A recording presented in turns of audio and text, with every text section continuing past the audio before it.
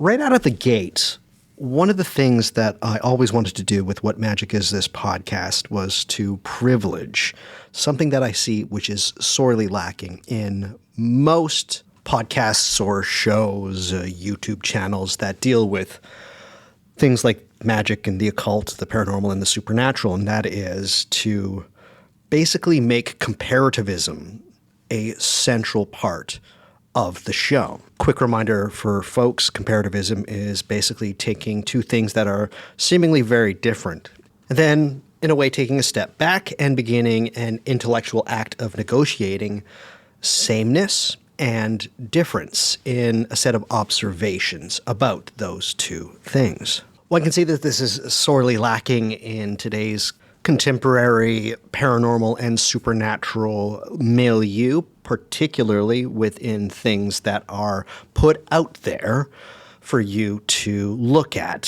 through things like YouTube or even podcasts. I mean, if you go to YouTube and you start looking up anything to do with the supernatural and the paranormal, next thing you know, you're being told that the Nephilim are human-alien hybrids, and it just gets worse from there.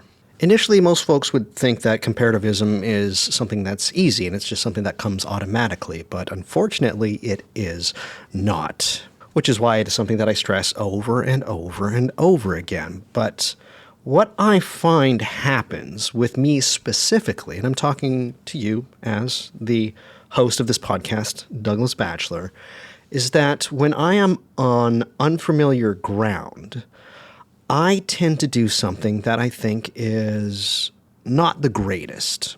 What happens when there's something that I don't know too much about is that I immediately do that thing that should be pretty natural, is that I will go to the things that I do know. And while this comparative process is occurring, I will end up privileging the things that are the same. I will use sameness as my go-to. And a lot of times I will not look too closely at probably the more important element, which is the difference. And I'm finding this to be the case a bit too much with the current series that I am engaged in on the Jinn. Before this series began, I knew very little about Jinn. I'd only heard a few podcasts, and I truly haven't read any kind of books about the Jinn. My interactions as far as people talking about Jinn were very limited to friends and one small trip to a Muslim country in North Africa.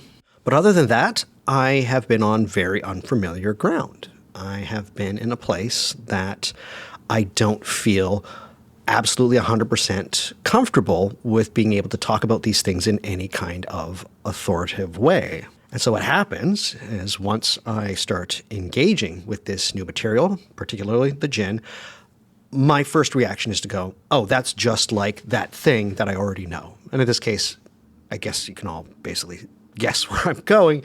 In this instance, a lot of times what's happening is that I'm going, oh, the Jinn are basically fairies. That's it. And yet when there's information that I come across that makes them very different than fairies, makes the Jinn very different than fairies, I tend to kind of just be like, all right, that's an anomaly. And that thing that I'm doing is bad comparativism. And it's not good. Both sameness and difference need to be held and negotiated with the same level of importance. And so, because I wasn't doing this, I felt like, and ultimately made the decision, that as far as the Jinn are concerned, I need some help.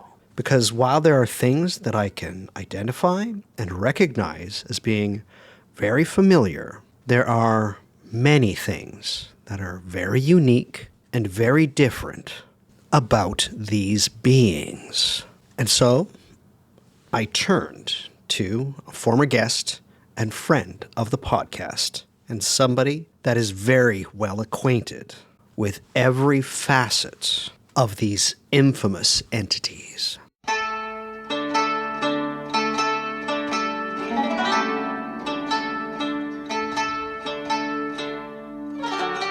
My name is Douglas Batchelor, and you are listening to What Magic Is This Podcast? A podcast about magic, the occult, the esoteric, the paranormal, the supernatural, and the weird.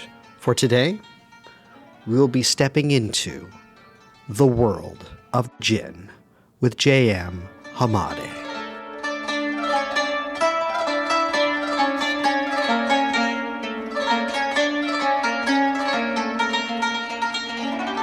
Helping me with looking at not only the easy similarities, but highlighting the very important differences is friend of the show and former guest on the Shams al-Marif episode, J.M. Hamade, they, them.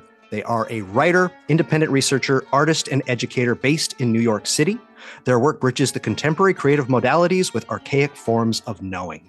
Through practice as well as scholarly investigation, their areas of focus have been situated in the fields of lunar stellar lore, Islamic esotericism, Hermeticism, and the demonic imagination. Jay, thank you for coming back on the program.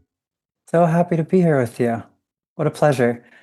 I just completed an episode about the origins of Jinn on my Patreon. Anybody who starts to do any kind of research on the Jinn, whenever they go to any kind of source, usually at the very beginning, they will be hit with the sentence that says the Jinn predated Islam, no matter where you go.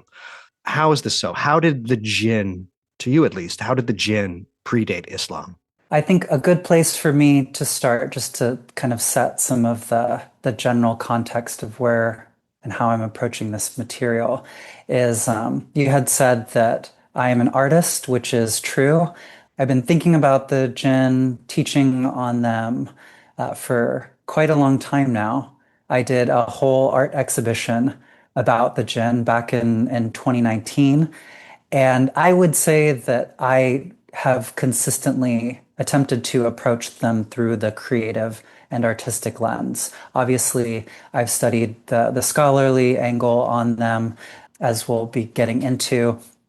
But I think if we really want to get down to the essence of who these beings are or what they are, we have to address them through the medium in which we experience them, which is the imagination.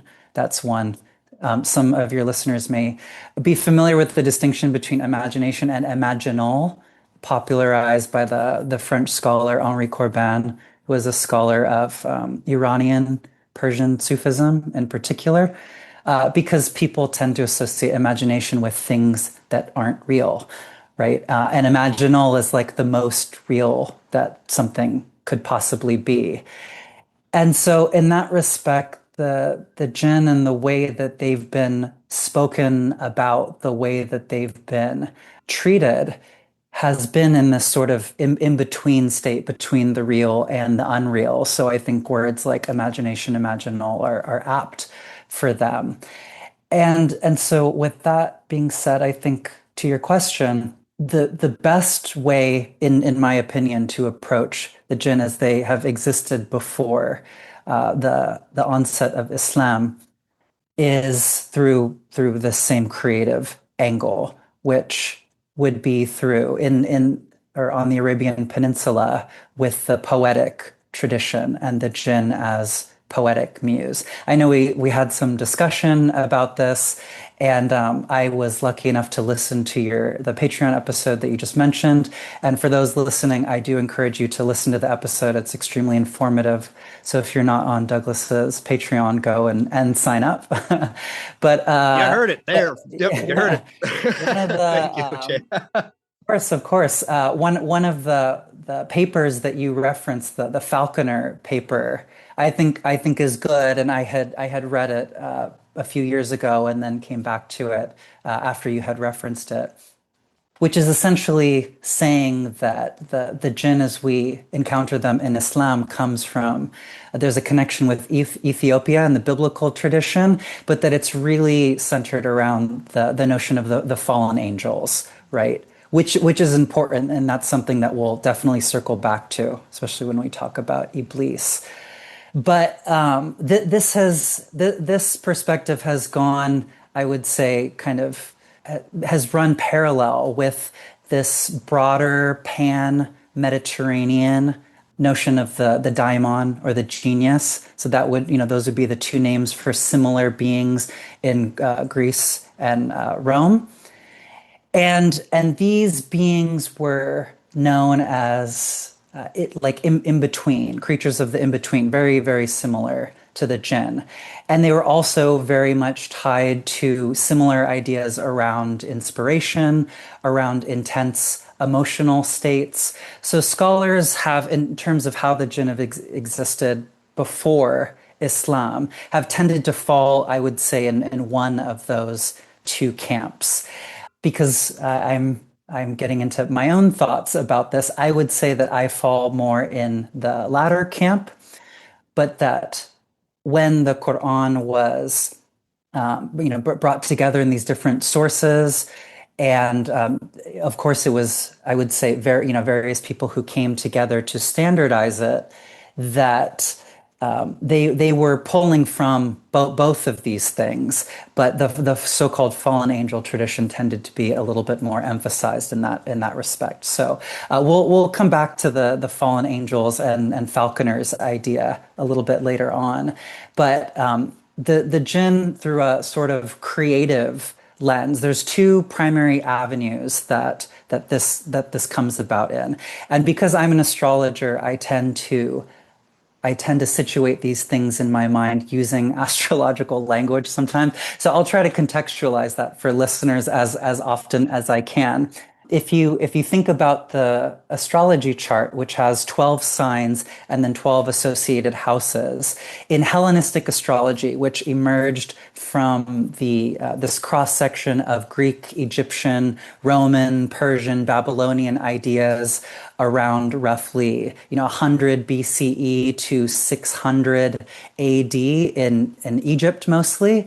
There was this notion that the 12th and the 11th house in the astrological chart were associated with the figure called the bad daimon and the good daimon. So very, very early on in this sort of pan-Mediterranean milieu, there was a distinction between sort of, for lack of a better term, an angelic version of this being, the jinn, the daimon, and then a devilish version or a negative version. Which for the jinn would later be called the shaitan, or the referencing Satan in this way. So this distinction between a good and bad, an angelic and a devilish version has existed for quite a long time within that broader milieu. Okay, so hold that in your mind for a moment.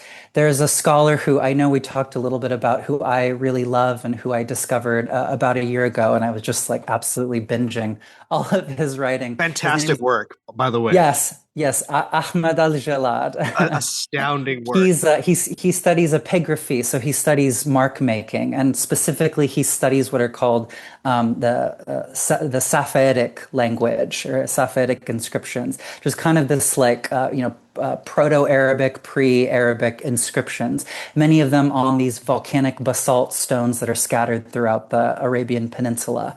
So, he works with archaeologists, and he goes in there to study these things in brutal, brutal heat, right? He goes in the peak of summer. And for those of you who aren't familiar with him, you should go check out his YouTube presence, because he goes on a lot of YouTube channels and he talks about his experiences, and it's fabulous.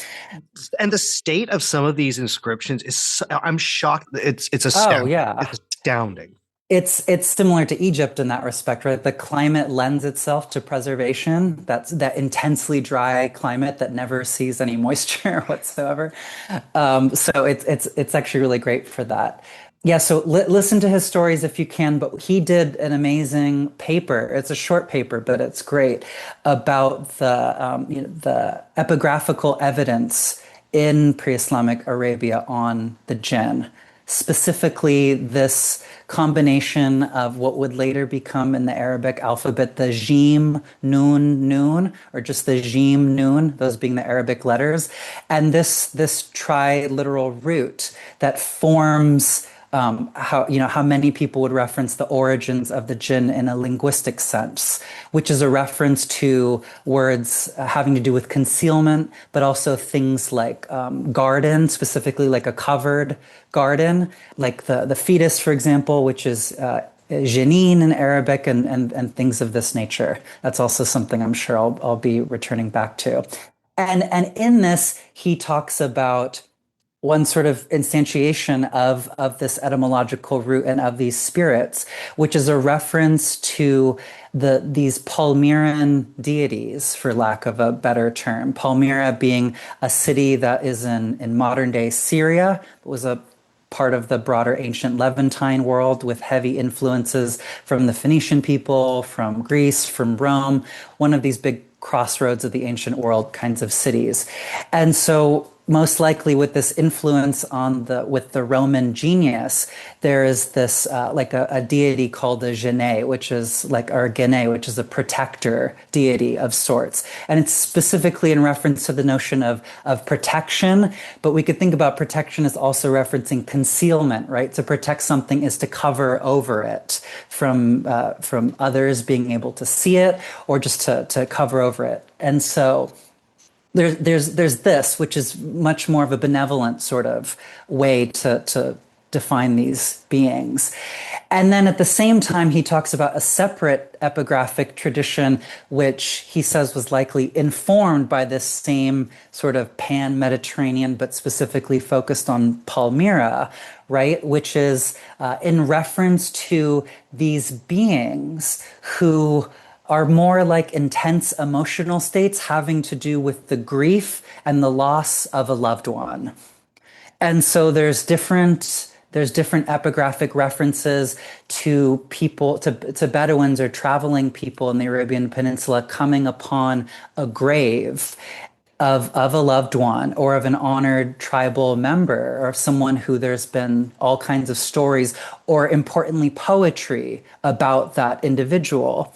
And this is sort of kind of delineating the boundaries around what the pre-Islamic or Jahiliyyah, the quote unquote time of ignorance, was like. That it was actually much more about ancestor veneration, I think, than people would lend it to be. And so this other jinn, this other version in the epigraphic register, was speaking to this kind of experience of coming upon one of these graves and being awestruck, but also the intense and sublime emotions that would flow through someone in this encounter with an honored ancestor, or simply the experience that many of us have gone through of just losing a loved one as well.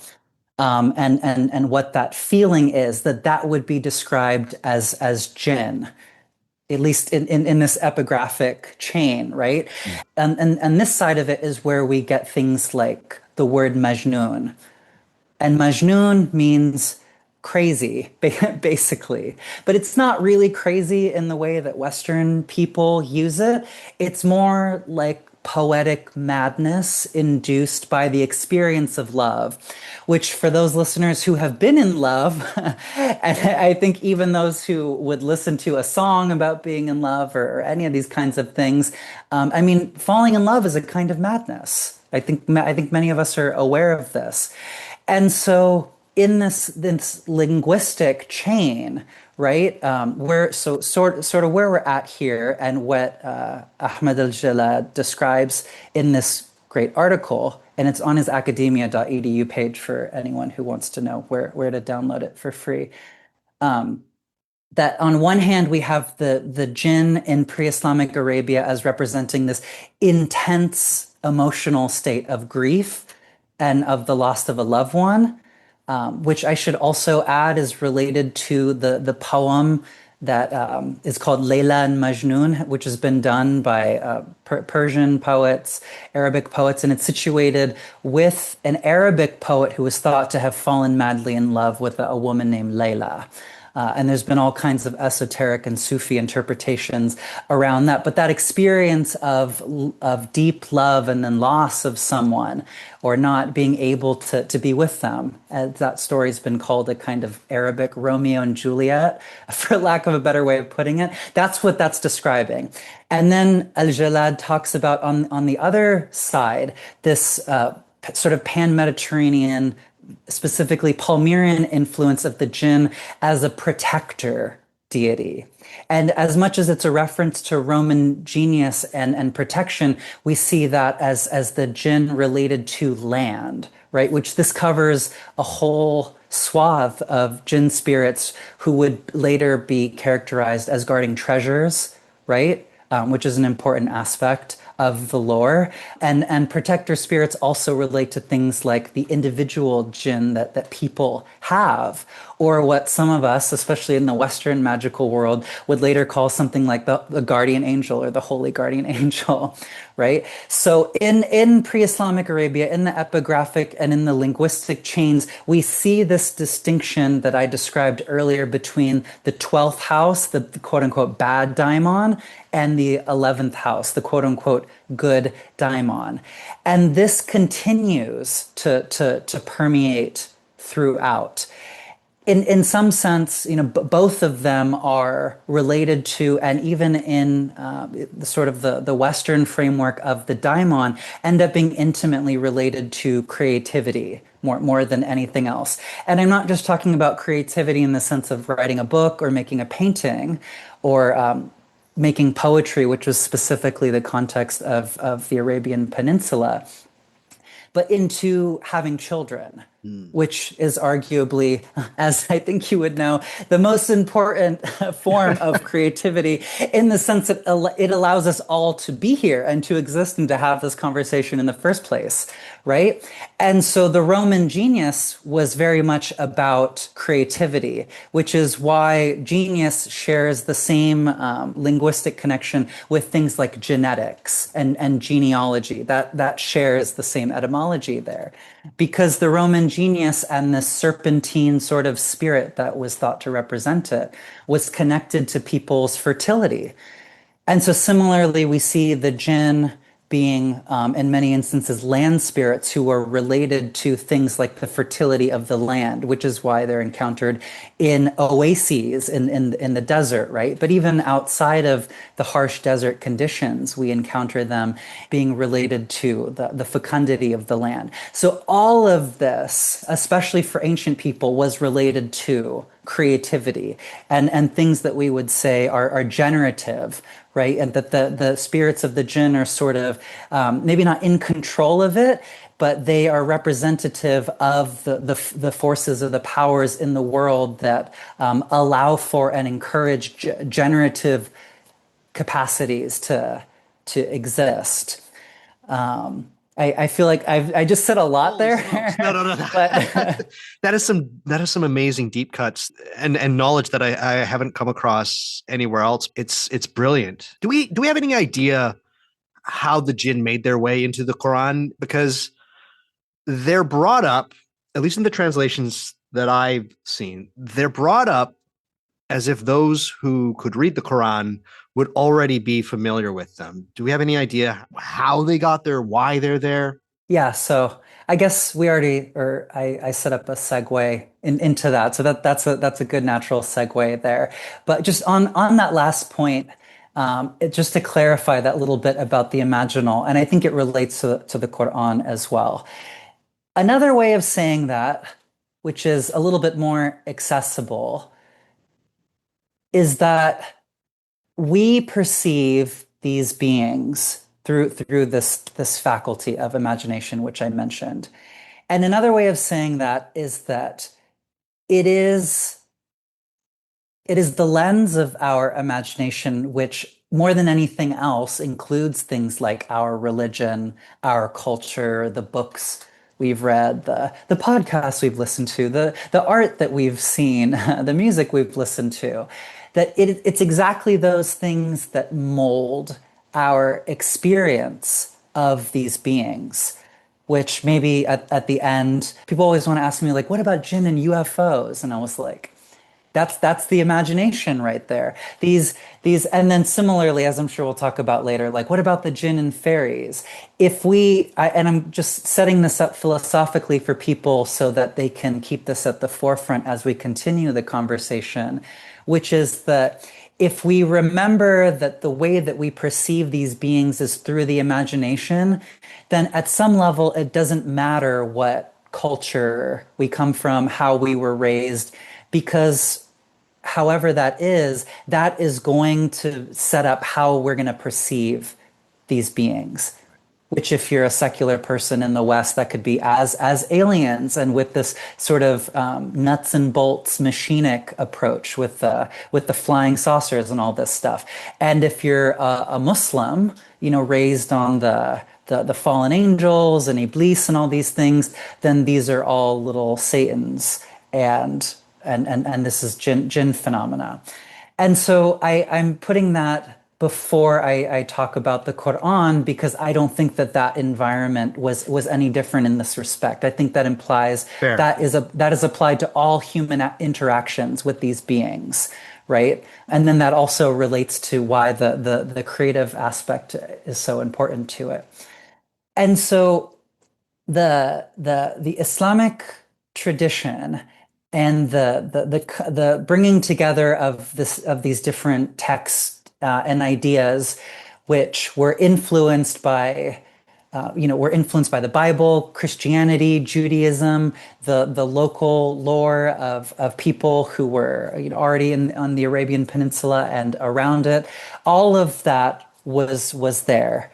And I think even very religious people would acknowledge that at this point in time. But it can obviously be hard to talk about these things, so I'm going to do the best that I can to cover the whole spectrum, because in reference to more conversations that we've had, the difference between a very sort of orthodox Islamic perspective on this versus a scholarly approach can be extremely different. Very, yeah. Right? And so I had mentioned to you, like Al-Qalbi's, the Book of Idols, for example, as an example of a text that is held up by Muslims as, oh, this is an example of what pre-Islamic Arabia was like. And then scholars have looked at it and they're like, we're not sure how much of this is legit. And then you have everything in between, right? Yeah, yeah.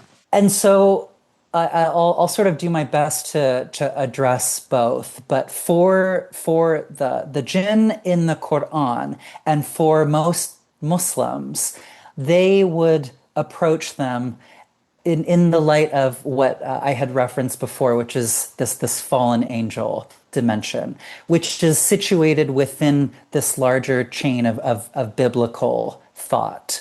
And so even what Al-Jalad says in that article is that even having these different ideas among the quote unquote folk or the regular people of the Arabian Peninsula, that in the Quran, this was subsumed mostly into this biblical tradition, which this distinction has existed for, as long as history has been a thing between the sort of literate people, right? The kind of priest class, if you will, and everyday people. Like I said, the folk. I'm not going to use the word peasant because I feel like it's a little, Folks a little fine. derogatory at this Folks point. fine. But yeah, the folks, let's say. And that persists, and especially because the Quran is considered to be, with Judaism, with Christianity, of the book, there is this textual emphasis, which it wasn't as emphasized before the Quran, but ends up with the religion being more so emphasized. And so the jinn in the Quran and the way that Muslim scholars and those addressing hadith, this sort of scholarship, which is very much focused in the religion, they stick with what is said in the Quran itself. And what is said in the Quran, which maybe we can get into more detail later, is that these beings were created before human beings out of some sort of fiery fiery like substance, which most people would be familiar with the notion of smokeless fire, which is how it's translated, marajin min nar. But then there's also this substance which is called simum, which is more often than not translated as the scorching wind. So within the Quran, the jinn are described as being created from these two substances, which I guess are very similar. And this, for a lot of scholars, is related to a larger idea around what would be called like an angel of death. And so we could think of Samael or even the planet Mars and the way that these beings have been described throughout this biblical tradition. And then, of course, it also brings us to Satan, Lucifer, and the milieu, let's say, around the demonic milieu. And there's also a reference to this earlier Jewish idea of the Shedim, which are very similar, largely with a negative connotation, but similarly, these kind of in-between beings, not quite angels and not human beings.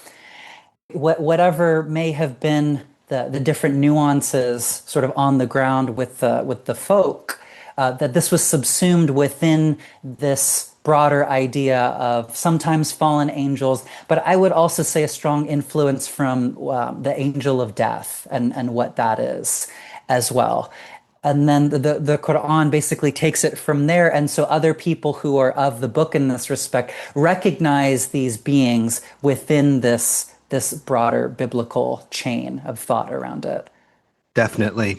To go on this, do you think that is just one of those things that when they were starting to, this is a great oversimplification on my part, and I apologize for that to every listener, but do you think it was just some kind of a textual tradition that when one comes up with a monotheism, one has to have some kind of a liminal being at some point during the creation, the stories that involve creation, that there's got to be, there's the ineffable, unknowable God, there's us, and then there's this other bit that we need to have there. Do you think that this was something that's baked in or just part of some kind of tradition? Or do you think that that's just way too simple to put it?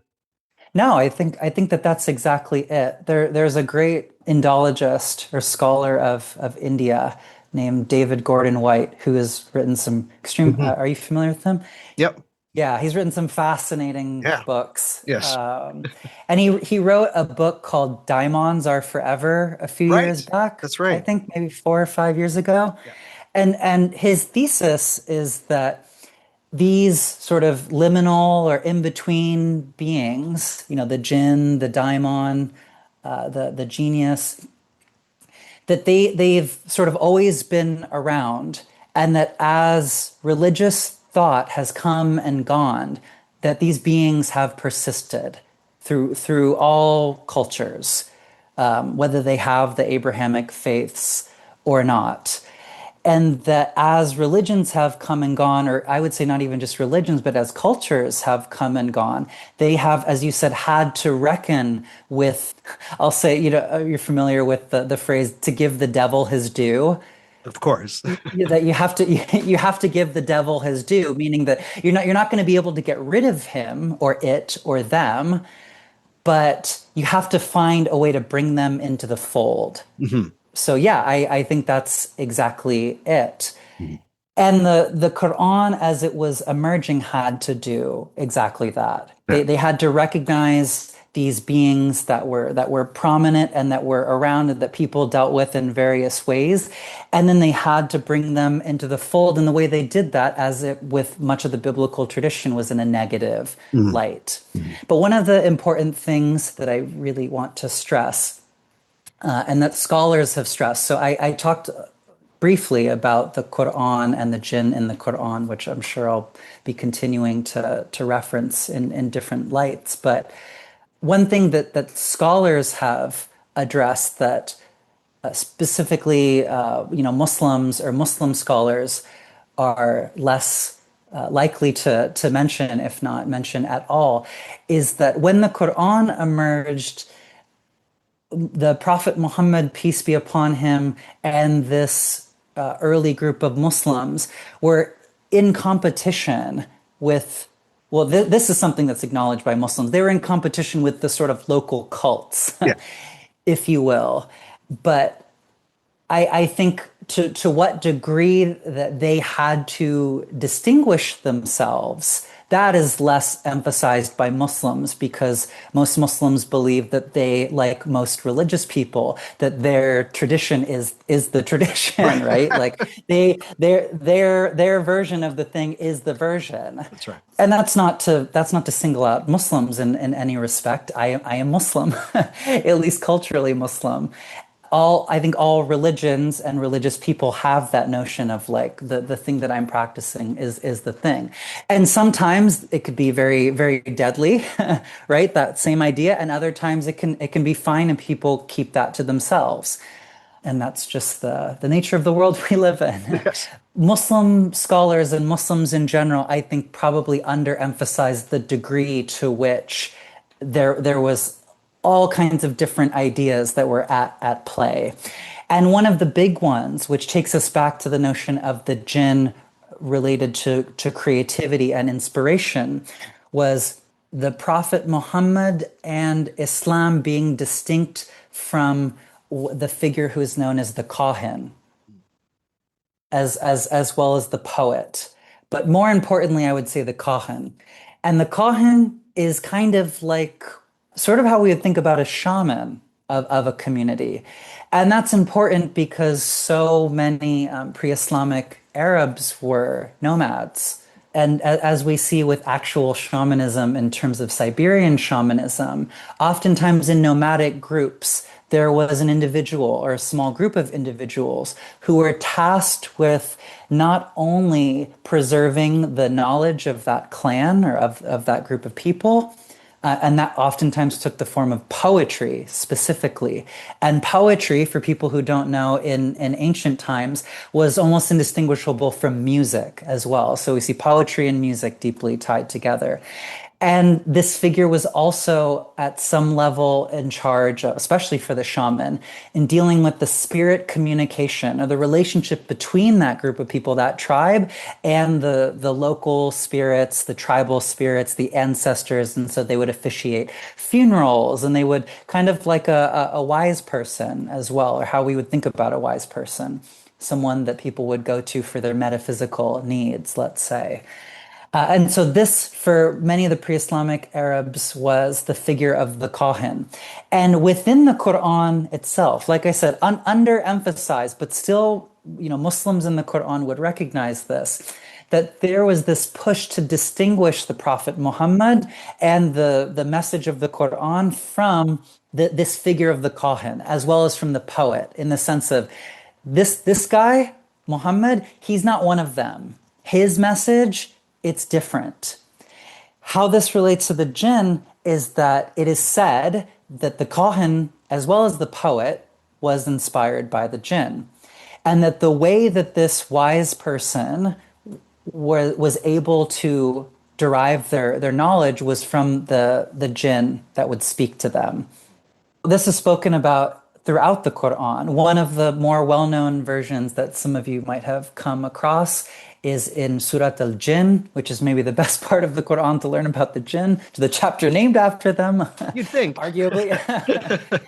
It talks about, this is also referenced frequently in Arabic magic, as well as with angels in the Quran, that the jinn used to, before the revelation of the Quran, the jinn used to go up into the sky to listen to the chatter of the divine or of the angelic realm. And then with the coming of the Quran and the Prophet Muhammad, God sent shooting stars against them, these sort of fireballs, so that the jinn could no longer go up into the celestial realms and listen to the divine gossip, if you will, and then bring it back down to the Kahin or the diviner, the poet, and tell them sort of what's going on. In my mind, this could also be, and I think likely is a reference to things like astrology as well, because it talks about the jinn flying up into the sky to sort of get the celestial lay. This is not the proper phrase to talk about astrology, but the lay of the land of what's going on up there. And that with the coming of the revelation of the Quran, that this ceased. This was explicitly cut off, and actually that God would attack the jinn when they would attempt to do this. So all of these, and there's many more throughout the Quran, I've just referenced a few. All of these are ways of saying that what we're bringing, what we're offering, and this message is different than what you're already familiar with, which is which people perceived as very similar to what the Prophet Muhammad was saying.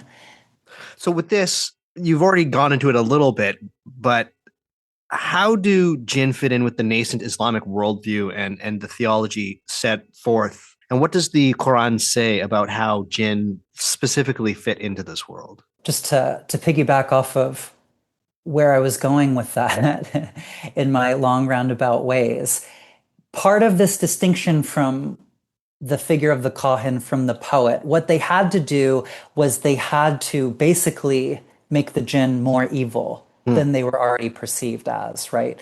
Which is and I know this is an oversimplification, but this is basically what this biblical way of thinking was already doing.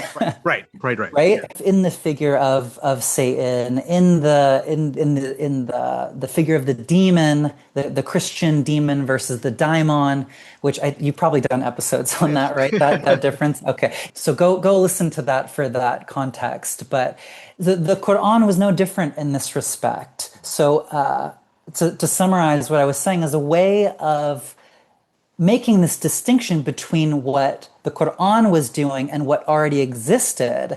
They needed to, as one scholar whose name I'm forgetting, they needed to infernalize the jinn.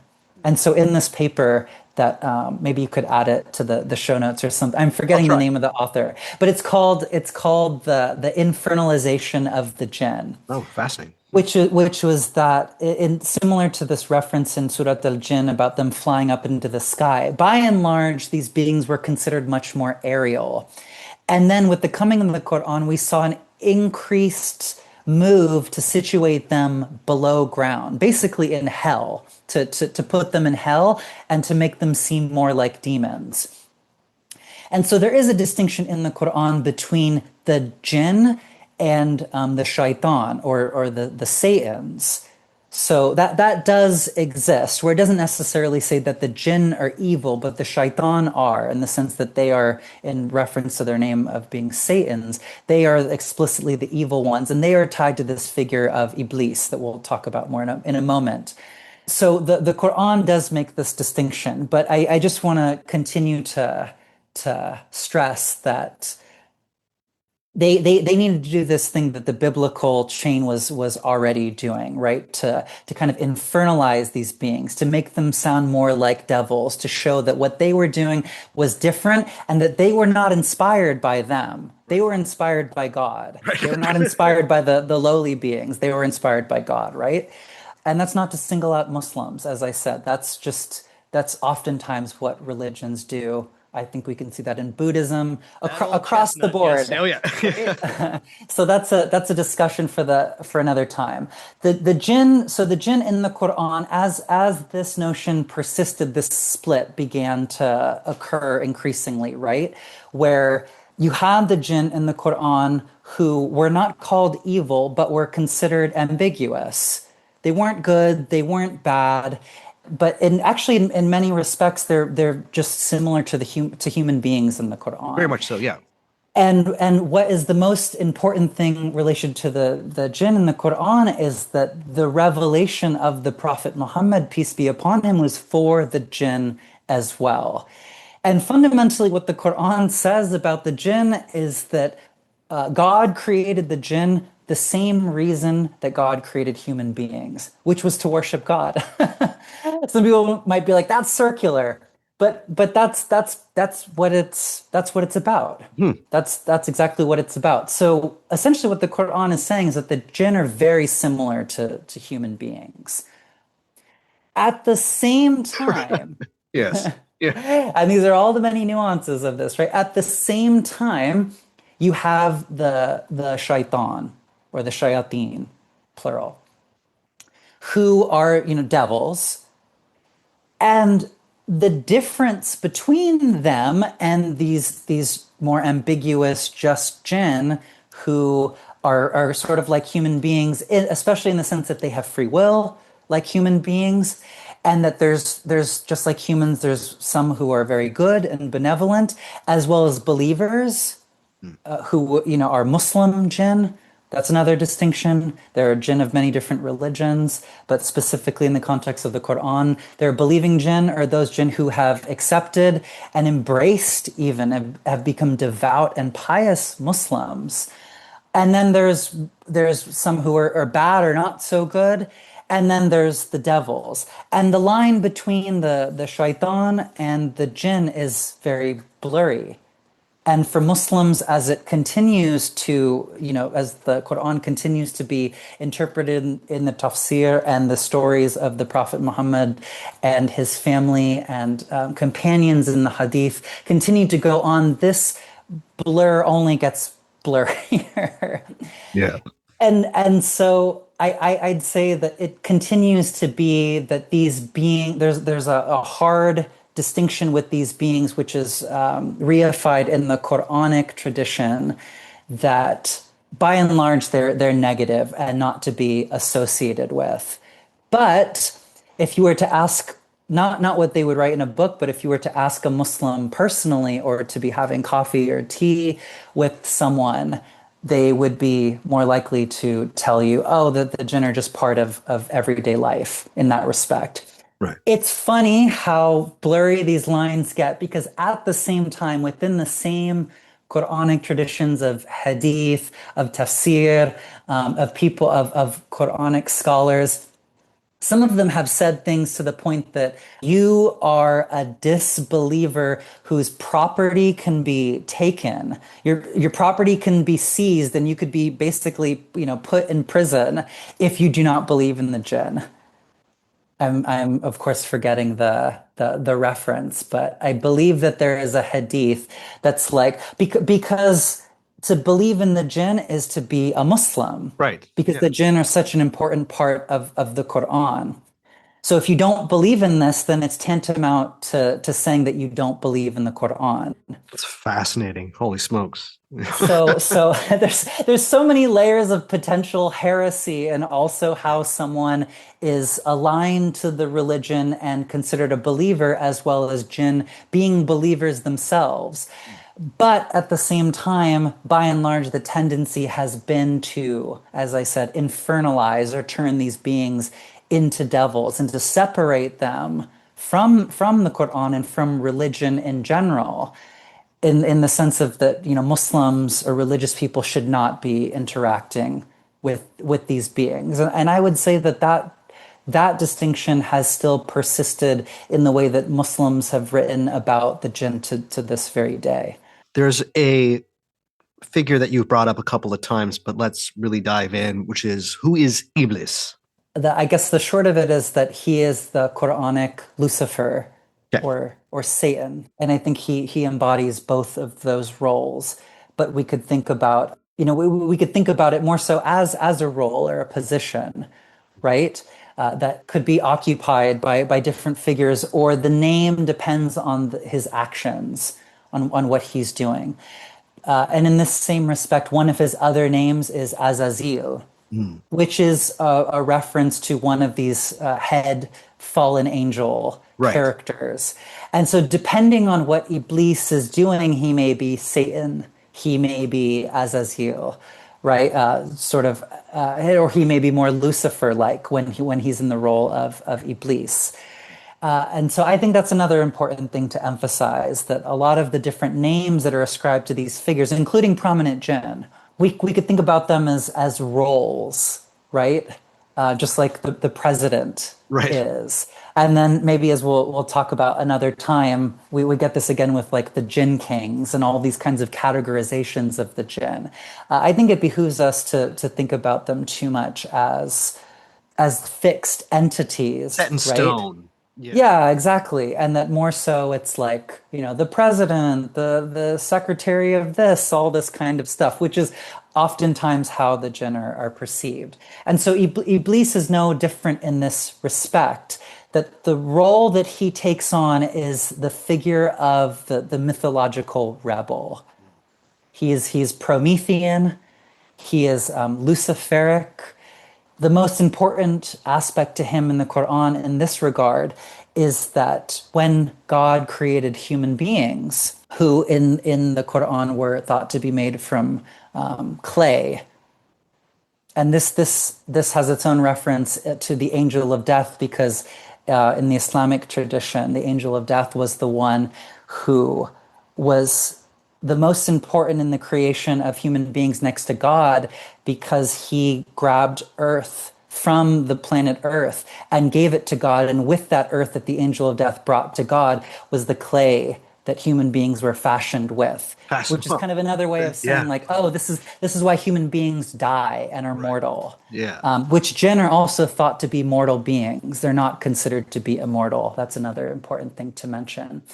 And so Iblis, when God created human beings, he said in his prideful state, in his Luciferic and satanic state, that when God asked all the angels to bow to this, to God's favorite creation, to this new creation, that Iblis refused to bow. And he said famously, I am made of fire. I am made of a different substance, of a more, of a more special substance. Exalted substance. Exalted, that's a great word Yeah. for it, substance. Why should I lower myself to this lowly creature, Right. right? Yeah. And so this act has echoed throughout the history of Islamic esotericism, specifically in the Sufi tradition, the sense of what did it mean, this refusal to bow, as well as into so many differing theological interpretations on the nature of that refusal, as well as into the nature of Iblis himself.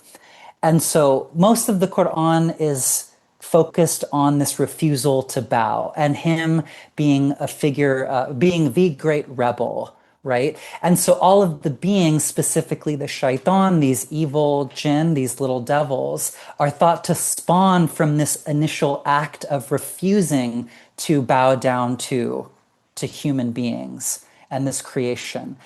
And so there is sort of a pact, let's say, maybe that's the wrong word, or an agreement between God and Iblis, as well as all of the children of Iblis, these shaitan or these evil jinn, which echoes out from this initial refusal to bow, which is that we will be antagonistic towards this creation, which once again, the seed of this antagonism, or this even jealousy or envy, as some have described it, towards human beings, all of that is seated in that initial moment of refusing to bow, Right. right? And from that point onward, all beings who emanate from this figure of Iblis, his quote unquote children, will continue to refuse to bow to human beings and will actively subvert their actions, their attempts to grow, to be better, and especially to aspire towards the spiritual or religious path in their lives.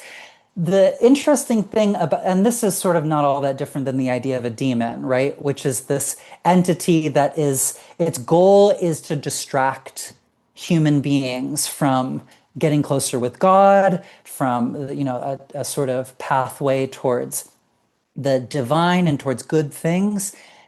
But the major difference is that in Islam and for Muslims, I would say that the Muslim tradition is more monotheistic than, especially the Christian tradition in this regard, within its view of demons, which is that this blocking of human progress, let's say, of striving towards the divine, is sanctioned by God. Because Iblis or Satan, unlike a lot of Christian thinking, is not separate from God.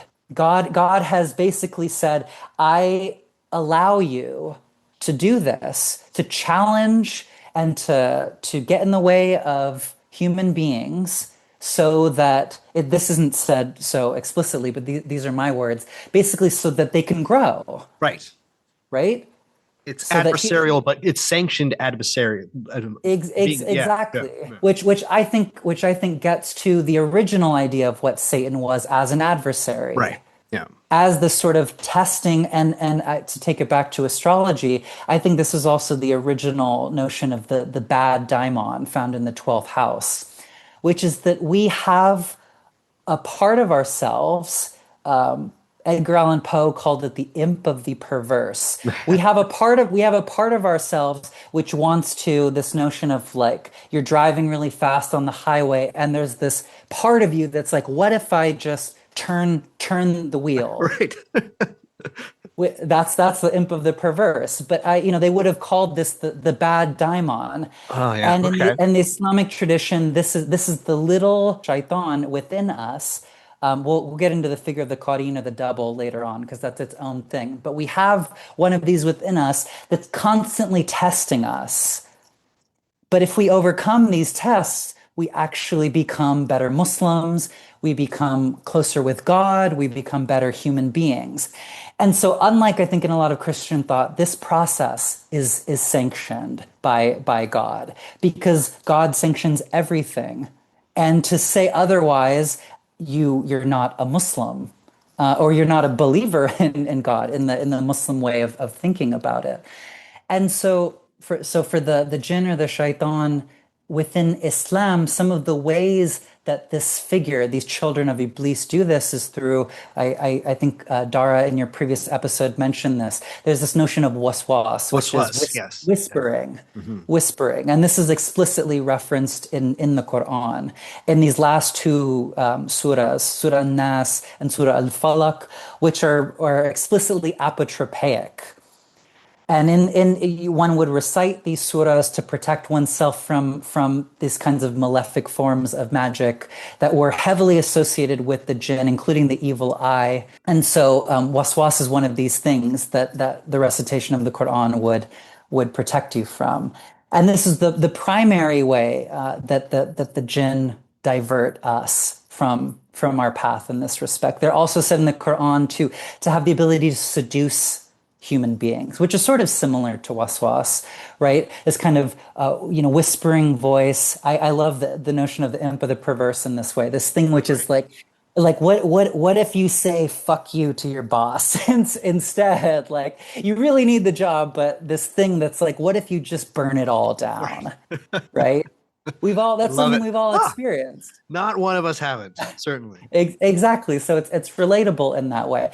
And then also they're capable of this sort of seduction, right? Which a lot of these beings, whether we want to talk about, fairies as well, they're known to have qualities of glamour, right? Fairies, jinn, they're very much known for their glamour magic, which gets into this notion of them as shapeshifters as well.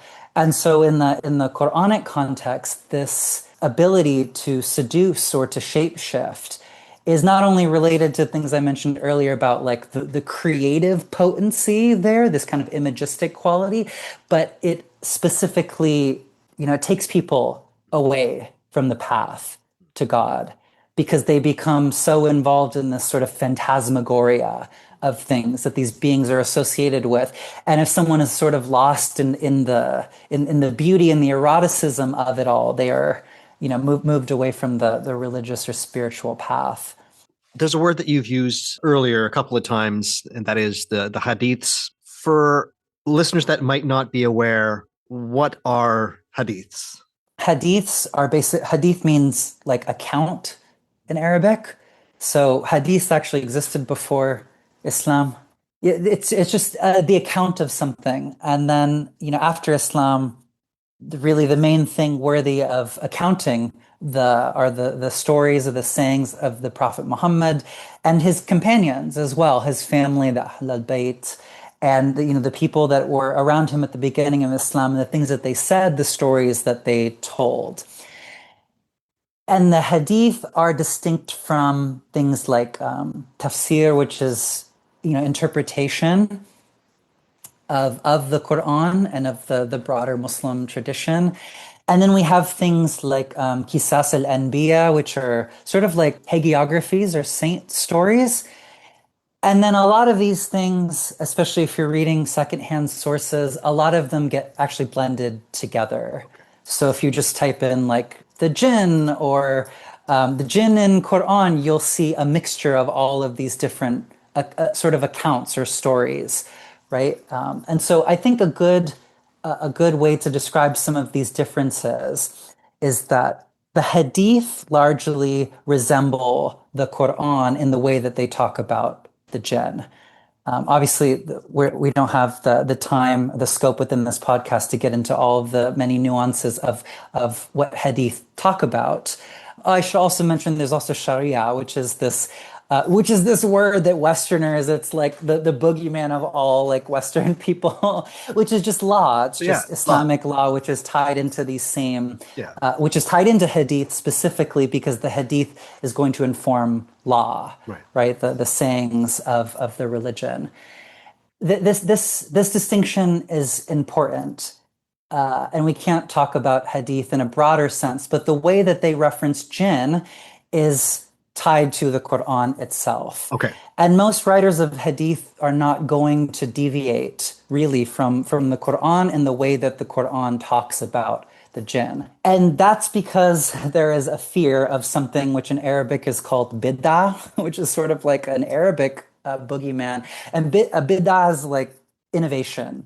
So for those especially who are more orthodox or wanting to appeal to orthodoxy, you don't want to come up with these ideas out of left field, Right. just like out of nowhere in relation to the hadith, because hadith are reliant, actually just like Sufi traditions and a lot of religious traditions, on a chain, on a chain of what was said by who. This is an important part of hadith. When you're writing them, you're supposed to be able to write how that chain goes back to that the prophet or the religious figure that said it. Right. And that chain creates the authority.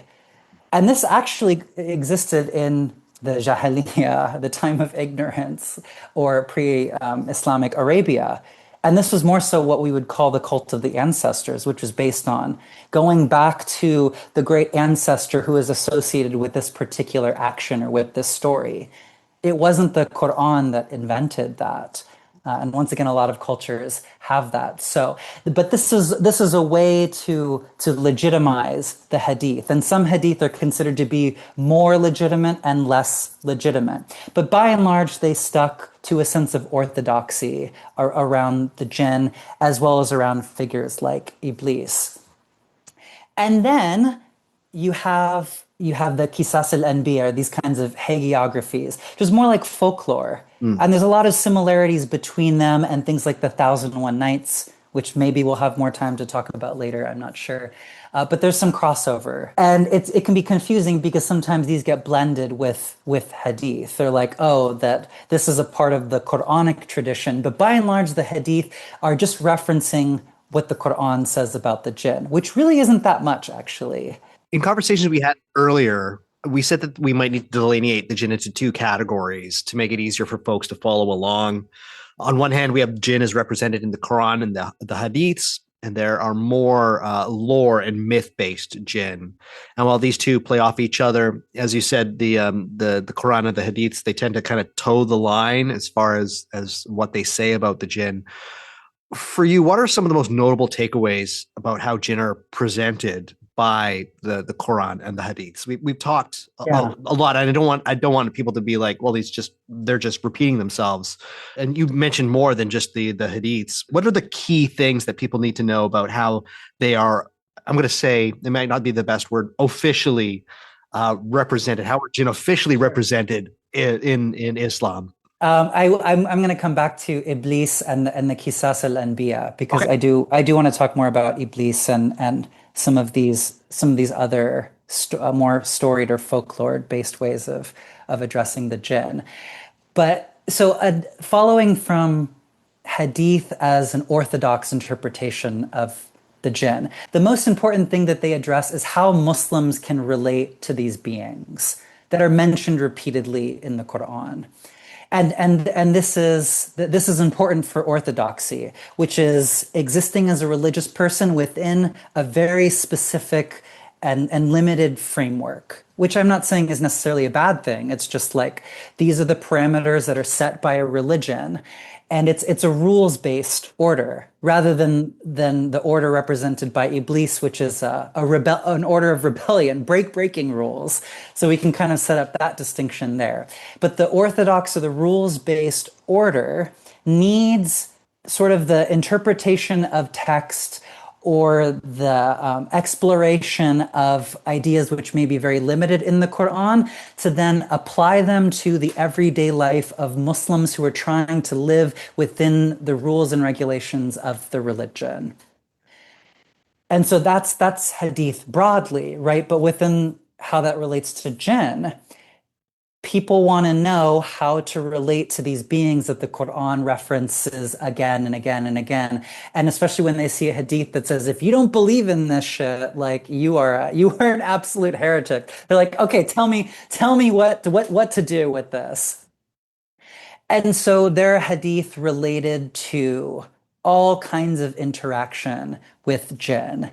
But to return back to my characterization of them, they always are going to come back to either something in the Quran, they're never going to deviate from that.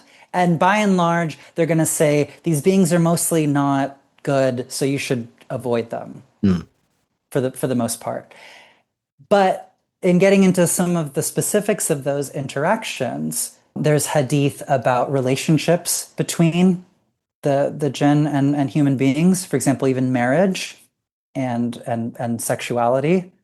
Because once again, if you're talking about beings that are so inextricably linked to everyday life, then and hadith is related to law, Sharia, right? Then we can see how this needs to be talked about somewhere by someone. Like if a man falls in love with a jinn and wants to marry her, what does the religion, what does the Quran have to say about that? And you might be surprised to hear that there are a lot of hadith that say like, we don't want to say yes, but we're also not going to say no. And I've seen so many. It's hard to talk about these things once again because there's just so many nuances and differences and opinions. And so everything I'm saying is a generalization, especially about this kind of like varying theological interpretations. But some people would say, well, you need a witness when you get married. And how do you have a witness getting married to a being that you cannot see? And so some of these different hadith are talking about, how lawful or not lawful, basically what the Quran has to say about interactions with these beings. So some hadith relate to talking about interactions with them, also how to protect yourself from them. And this gets back into these final chapters of the Quran that I mentioned with like, this is part of the Quran that you recite if you want to protect yourself from them. And the hadith is kind of just coming back and reminding you if you're having trouble in relating to them or if you want to keep them away by and large, this is something that you would say. So it's like love and relationships. It's how to keep them away, which both of those two things are important, which is attraction and repulsion, right? And then in the hadith, you get some storied elements, which are much more elaborated on and much more rich in the Qisas al-Anbiya, the 1001 Nights. But you get some stories specifically related to the Prophet Muhammad, as well as, for example, some with his wife Aisha, who encountered a jinn in her tent, and she killed it. And there was this sort of like, oh, but she didn't know that it was a jinn. I guess I should mention this. I'd forgotten this, but it is important that when the jinn appear in animal form, specifically as serpents, what to do in that situation. And there's distinctions in the hadith about encountering the jinn in animal form just out in the world. So if it's a serpent and you just encounter it, there's hadith where the Prophet Muhammad says to just kill the snake. And that it's actually important and a part of your Muslim duty to kill a snake if you see it. But there's also hadith saying if a snake appears in your home, that you're to warn it beforehand. You're to say like, Hey, it's your Skedaddle. time to go. Yeah. I've seen some scholars say, and I think have made pretty good arguments that this notion of warning the serpent within the home versus very contrasting ideas about killing the snake when you see it outside does actually relate to this sort of pan-Mediterranean idea of the genius, which was depicted as a serpent, specifically related to the home and to the land. And so we still have this idea of like if it's in the house or related to the house, it's deserving of a kind of protection that's not necessarily given to encountering one out in the wild. But that's a whole other thing in itself. So hadith are addressing things like that, but how to address how to relate to the jinn as a Muslim and in reference to what the Quran and the Prophet Muhammad and his companions had to say about these matters. Okay, so what most people will encounter are this kind of the hagiographic tradition, Qisas al-Anbiya, as well as the tafsir, the some of the more batini or esoteric interpretations, especially by some of the more heretical Sufis about not only the jinn but about the figure of Iblis. I don't know if it's maybe just because, well, especially for non-Muslim people, they're not going to be looking at the Muslim sources because they don't need to know how to relate to things as a Muslim because they're not Muslim. Right. Yeah. So inevitably, right, they're going to see the more kind of fanciful, fantastic stories around it. That's, I would say, where the juicy stuff Right. is, for most people. And We'll get to, there, to everybody. We'll get there. oh, Yeah. okay. Do you want me to save that for later? Mm, Is there more you think we could talk about related to the Quran and Islam? no, it's totally up to you. If you think that we need to go there, if you want to jump there right now, we're welcome to. Yeah, I Do think it. we should start pivoting from that. Not Amazing. because I don't think the Quran and the Hadith are important, but only, and I don't mean this in an insulting way, only that they can be redundant, Right. Right. right? Yeah. Yeah, because it is based on this rules-based order, and because the Quran only references the jinn so many times Right. that it's only going to make reference to those few references, Do you have right? any? I read it somewhere, but do you know how many times does the Quran specifically reference jinn? Do you know the number?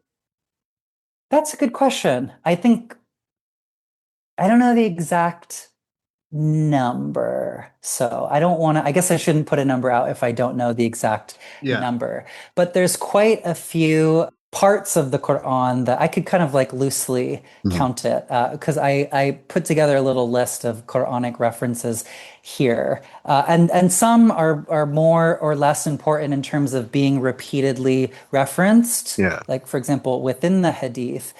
I will say this Did, for listeners, it's kind of shocking. Jinn are mentioned more in the Quran than angels are in the Old Testament. So just so people understand that, because I think a lot of people, there's so much emphasis, particularly within, I'm going to use huge air quotes, within the Western ritual and occult tradition on angels. And yet, as I said in my angels episode, one of the worst places to try and look up angels is the Old Testament. There's very few of them. So I will say that the jinn are brought up way more in the Quran than angels in the Old Testament. Just put, And that's a really important point, I yeah. think. I'm so glad this is a conversation, Douglas, and not just a monologue. It's all good.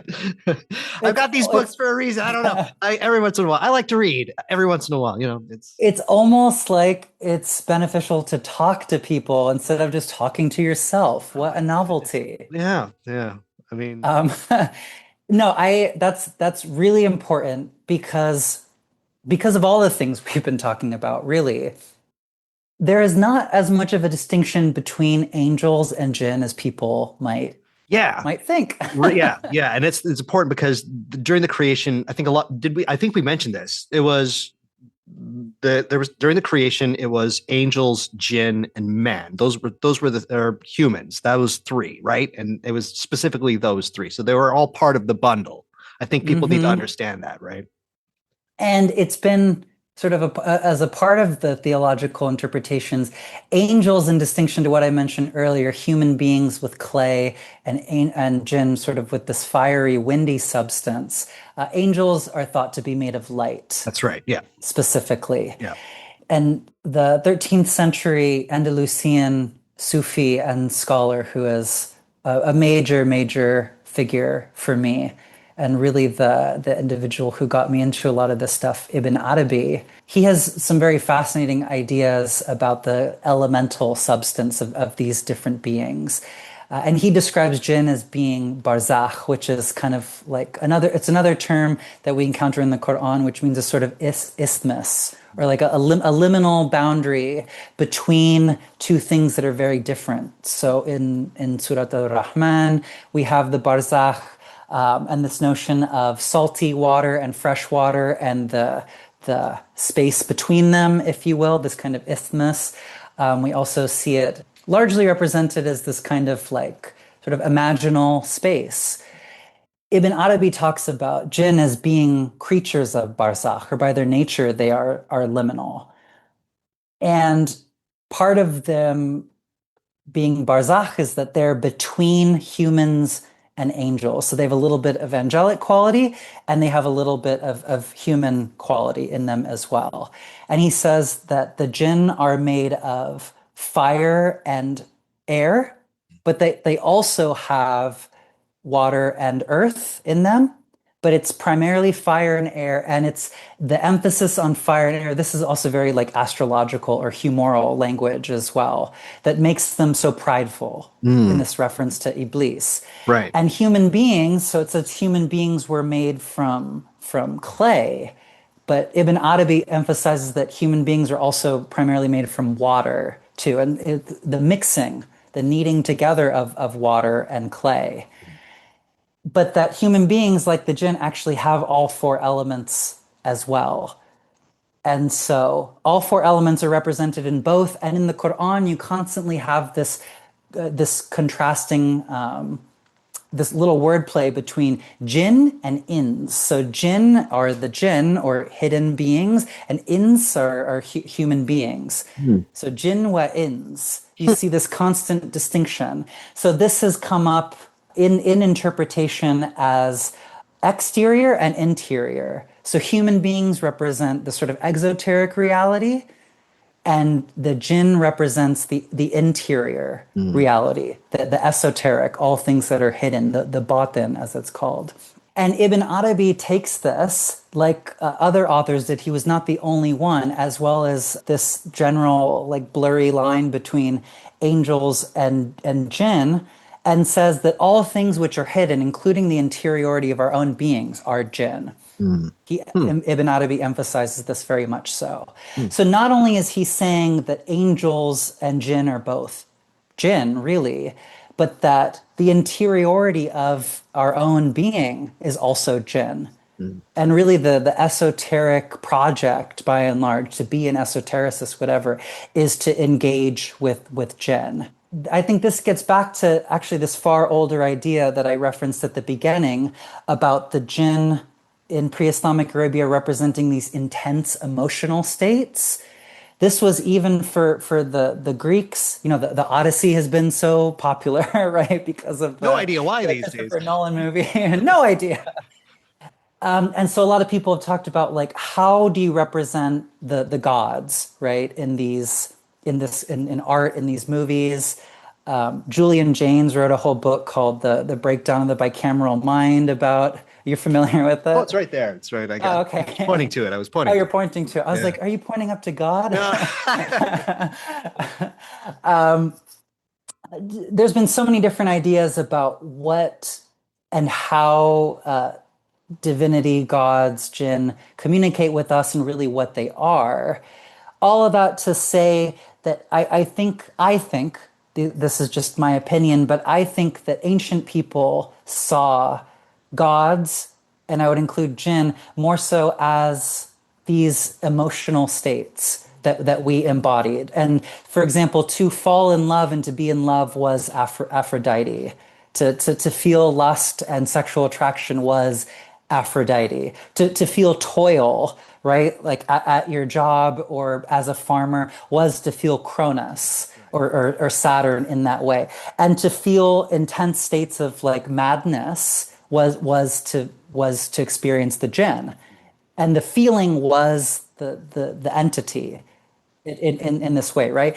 And so this is how an interpretation like all things which are invisible or concealed or interior are jinn, which includes angels as well. And so, in this same respect, the figure of the daimon in ancient Greece, especially the older back that we go in Homer, for example, there was a spectrum between daimon and deity, where sometimes deities were referred to as daimons, Right.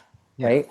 And so I think that this is not to say that, pre-Islamic people or in Islam see them the same as the Greek gods and the daimones, only to say that the angels and the jinn belong to the same spectrum of invisible being, where, some of the jinn might have been deities of the past, right? A Canaanite god or a Babylonian god or something. Or some of them might have been gods and then have been demoted to. Let's put demoted in scare quotes because Right. that's, Right. I don't mean to be insulting to the jinn, Yeah. but within that kind of the infernalization that I mentioned earlier, right? To be dethroned, to be put lower down the corporate hierarchy, let's say, into being a jinn. And so this is a spectrum, right? This is a spectrum of the invisible. And this is why jinn and angels can be so similar. And I think we'll probably talk about this more at a later date.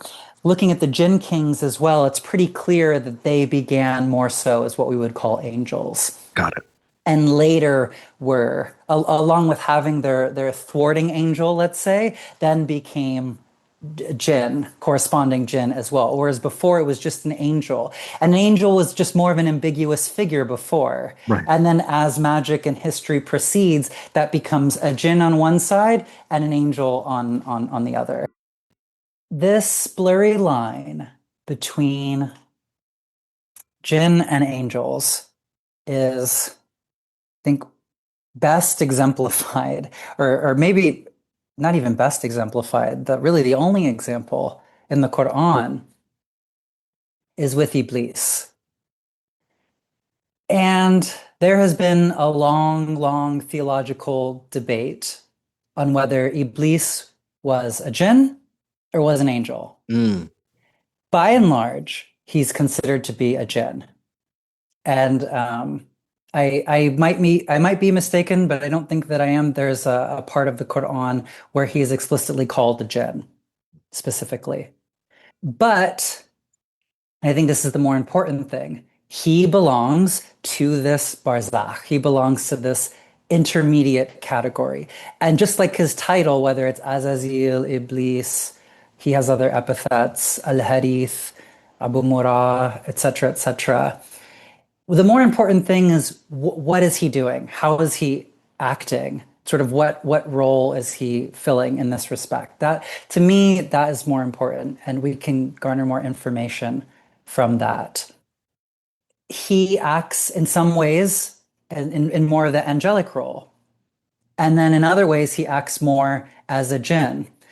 And I don't think it helps to argue the theology about, firmly which one it is forever, but more so to embrace that ambiguity and to learn from that ambiguity, right?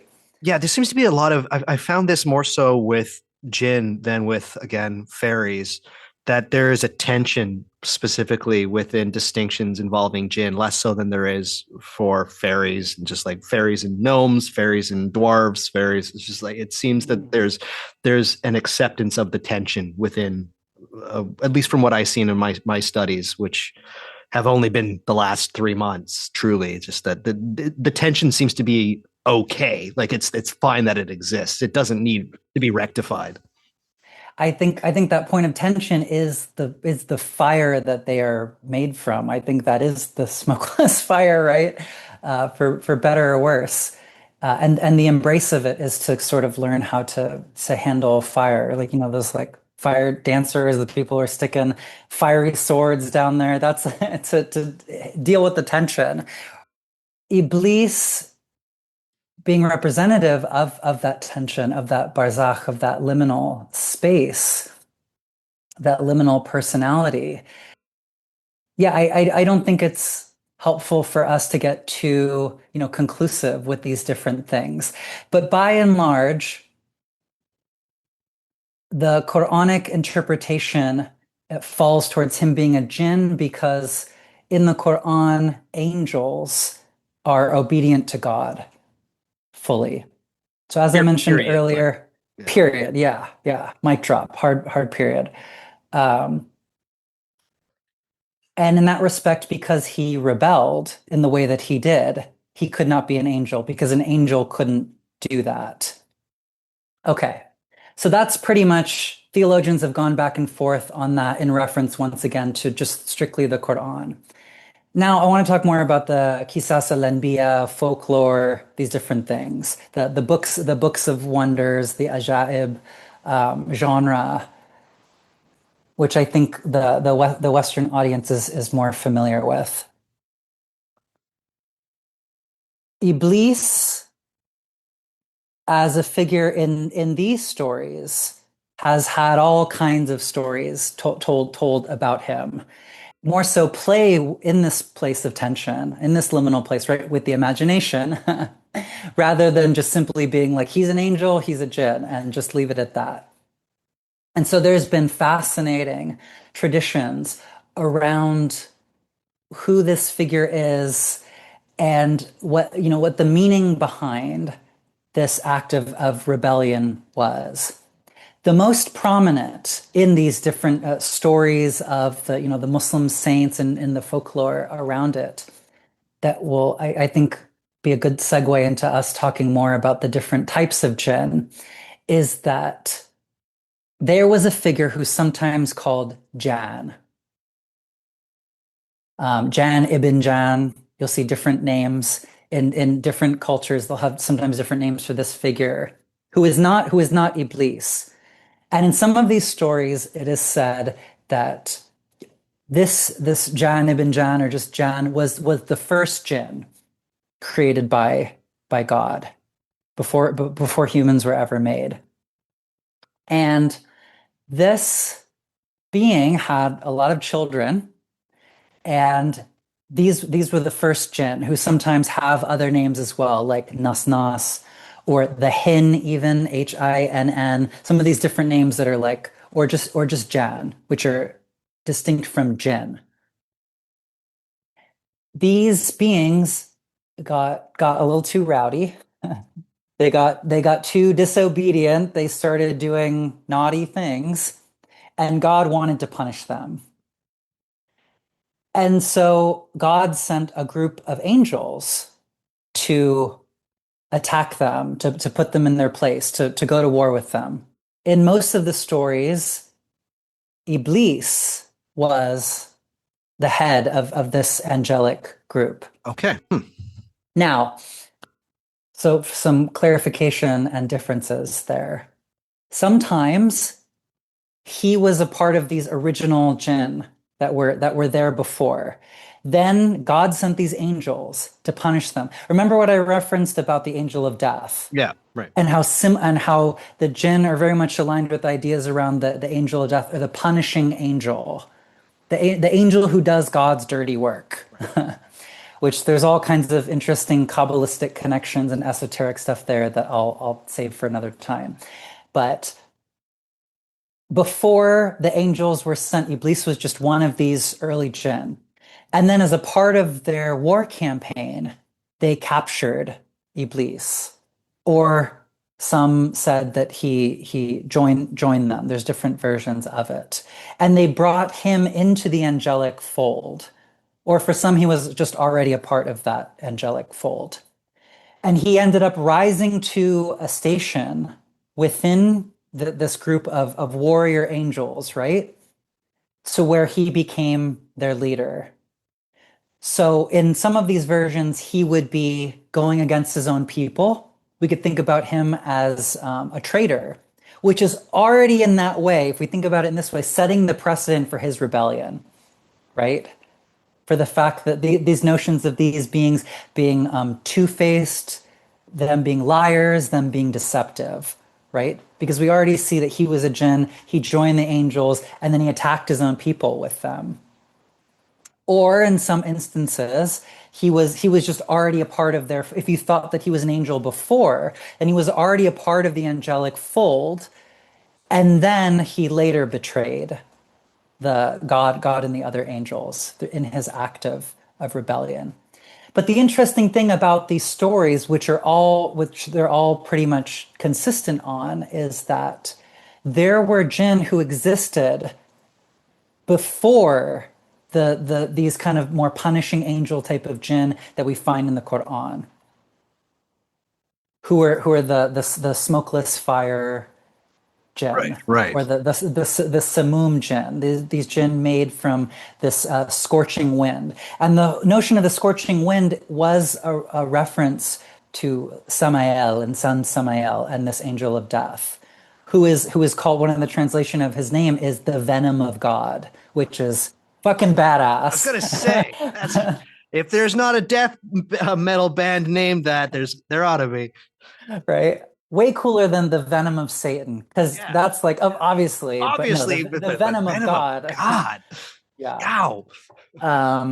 And this is the punishing angel, the angel of death, which is a part of this biblical tradition of the fallen angels, or the dark angels that we've been talking about. And so what this folklore is saying is that the original jinn, and sometimes they even use a different name. That's why I said it's Jan or something else. Were not the same as the jinn referenced in the Quran. So this is Oh, another distinction that like gets made. pre-gin. Exactly, pre jinn, and that the figure of Iblis and the jinn who are born from him are actually the enemies, or were the enemies of this jinn. So one figure who some of your listeners may be familiar with is Nineveh Shadrach, who's published a lot of books on Arabic magic. And regardless of how you feel about him, he's done some podcasts, and I've listened to him. He has very interesting things to say about the jinn. Yeah. Once again, regardless of how you feel about him, I've heard him say some interesting things that I was like, huh, okay. And one of the things that he talks about, which once again is very much grounded in these stories that have been written by many, many authors, told by many different people, is one of the things that he questions is, well, what happened to these first jinn? What happened to them? And when magicians go to contact jinn, whatever, or even in talking about them, even as the Quran talks about them, well, what jinn are we talking about? Are we talking about these jinn that were, as it says in some of these stories, expelled to these faraway places? Sometimes it said they were sent to these faraway islands out in the deep, deep, deep sea, to these like different islands, which is interesting when you talk about the 1001 Nights, where these different shipwrecks happen and there's a jinn on the island and all this kind of stuff. So there's cross-pollination there. But that these earlier jinn were expelled by sort of like a new form of warrior fierce jinn who were actually kind of like angels, hence the fallen angel thing. But what happened to these earlier jinn? And when people are talking about jinn, or as we'll talk about in a moment, categorizing them by typology in this way, what jinn are we talking about? And what happened to them? Are they still around? Are they? But apparently there was an antagonism. There was a war between them. I find these questions to be Yeah. fascinating. And once again, they're very much grounded in the way that huge amounts of Muslim authors were writing about these different ideas. My earlier guest, Dara, mentioned that jinn are often considered to be part of like tribes or clans, that they have some kind of a hierarchy, and that there's some, even in royalty, there are jinn kings. Can you explain for the listeners, what does this look like? And is this something that people still talk about today? Yeah, people definitely still talk about it. I think like a lot of human categorization of the invisible world, or we could just say jinn in the spirit of Ibn Arabi, right? Yeah. Of the invisible. It's mediated by the imagination. Okay. And like I mentioned earlier, different cultural viewpoints around things, it's going to reflect that. Yeah. No matter who it is at the individual level and at the cultural level. And I think it's important to continuously emphasize that, especially when we're talking about Jinn typology. Mhm. In that respect, the most important thing is, in my opinion, when it comes to categorizing Jinn, is to see them in the invisible world as a kind of reflection of our own world. And this, by and large, is how they've been categorized, whether in book format, in oftentimes in magic books and grimoires, by these different cultural viewpoints about the jinn. It reflects the culture, the individual, the magical tradition that's talking about them. And that, just like the point about the imagination, that will always be foremost there, right? There's going to be a lot of diversity, right? Because every individual is going to see them as an individual, and then every culture, every tribe, every will see them in their own way.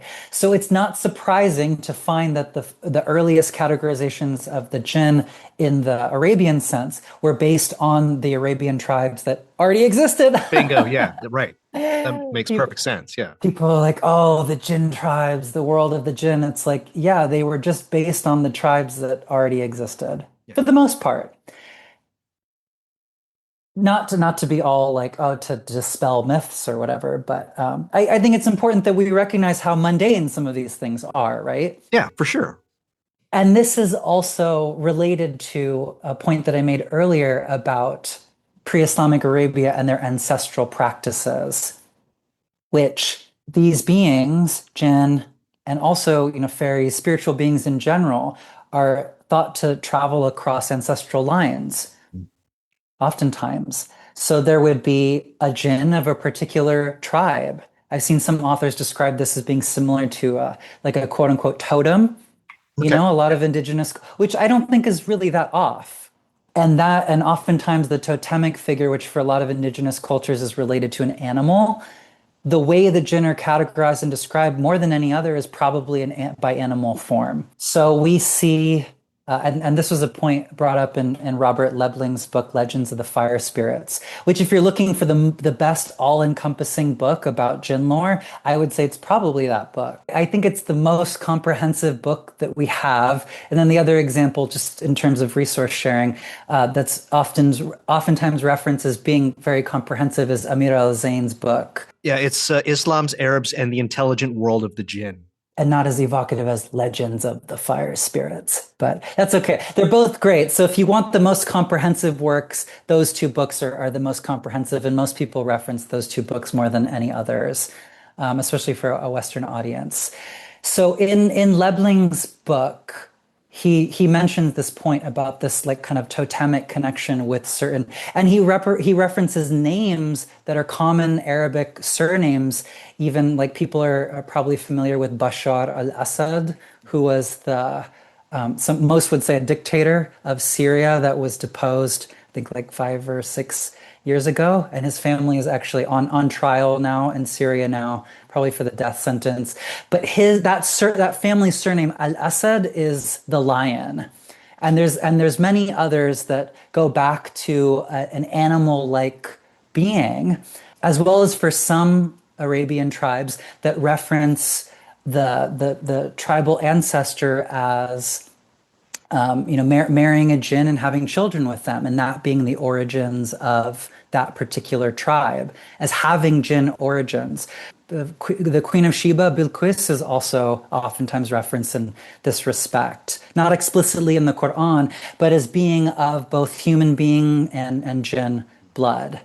And there's a particular Arabian tribe that was also thought to have emerged from the meeting of a man with a fallen angel. no, excuse me, I think of a woman with a fallen angel.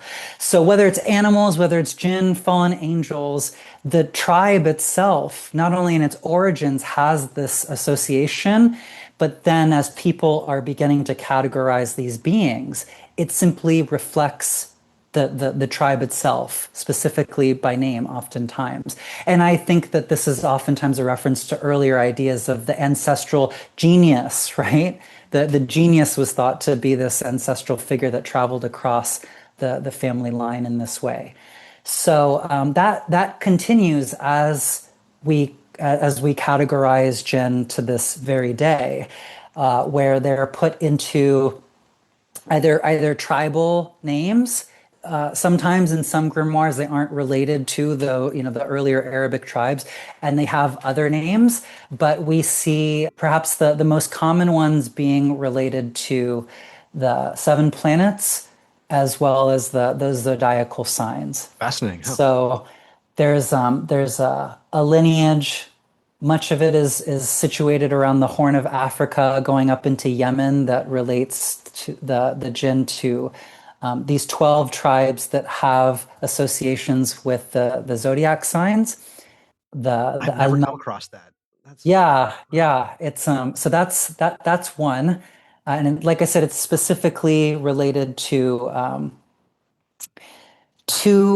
the jinn and exercising the jinn in reference to very, very old ideas going back through the Testament of Solomon and into even earlier magical notions of things like the Decans, which okay. cause I disease. was going And to ask. Yeah. Wow. yeah, but I think that that's really its Always own those whole. pesky Decans. They pop The up. damn Decans. They're everywhere. Can't get rid of them. Right, and so that was situated in Egypt, and then going down into Ethiopia through Sudan, and that still persists to this day, specifically around exorcistic books of magic, which are about remedying people who have illnesses related to the jinn. And so there's the stellar component, which we see also, of course, with the Decans, where those particular stars were thought to cause particular illnesses. That goes to the Testament of Solomon, and then we still have that. So those jinn tribes are related to the 12 asterisms of the zodiac. And then by extension, and I think a little bit newer, we also have the seven jinn kings, which is another typology that gets referenced often. Yeah, you see it. You see it a lot of places. Everybody's very down with the Jinn Kings. Yeah, which similar to the exorcistic tradition and the Decans and the Testament of Solomon and all that. It's a conversation I think for another time, but it's important to mention that that is a popular typology, which is there's a Jinn King Al Ahmar who is related to the planet Mars and Red. shares the quality of Mars, red, so on and so forth. And so color is another way that the jinn are oftentimes categorized. And I think sometimes probably a better categorization, frankly, than things like the seven planets or the zodiac signs, because it gets into temperature, element, humoral theory, this kind of stuff, which I think just has more nuance to it. And the color typology is more, I would say, often used by cultures in North Africa, the Sahara, Sub-Saharan Africa, broadly African continent cultures. They tend to focus on the jinn more so as color because they're not as immersed in the astrological paradigm, let's say, which is very much focused on the stars, which I should also add actually includes the lunar mansions too. The 28 lunar mansions also have jinn associations, and that's another thing that comes up in the Arabic magical tradition. But I prefer color, and with the humoral elemental associations with color, you also get like place as well, right? So jinn of the desert, jinn of the sea, jinn of the air. I think this is a little bit more accurate, let's say, or at least in my opinion, because it's less abstract. It's more tangible. It's Exactly, tangible is the word. it's less abstract, it's more tangible and relates to our physical existence, which once again, if we see jinn as being akin to internal emotional states or as representing parts of our landscape, then it's less like like the 777 version of it, like, oh, the jinn is this Yawn. 20 page long list of correspondences.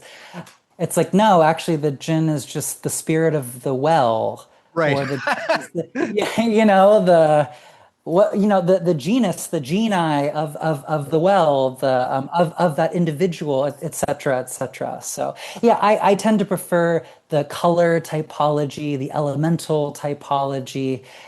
Similarly, in terms of what would be in the Quran or in Hadith, like evil jinn, shaitan, or just like believing jinn, Muslim jinn, which would be the good jinn.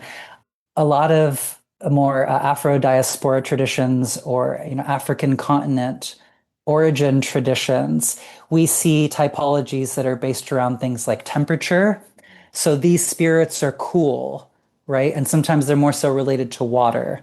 They have more of a kind of a cooler disposition. And then other spirits are considered hot, right?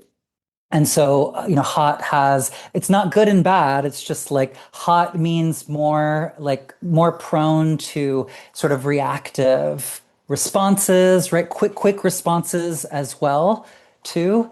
And there's more of the danger of getting burned there also, but not necessarily saying that that is the same as evil or being overly moralizing about it. Do you know what I'm saying? Yeah. Again, there's that tension there, right? Like not just to not just be so these things aren't categorized as good, bad. It's just that you have to understand and actually sit with the, I want to say emotional resonance, but just like what the actual idea behind heat, kinetic energy, that sort of thing. Exactly. Like you said, it tangible. Yeah. I think is really the best way to understand this. The less abstract you get about it, the better it will be. And so going from that point, jinn also have a lot of associations with the various aspects of a landscape, including things like plants.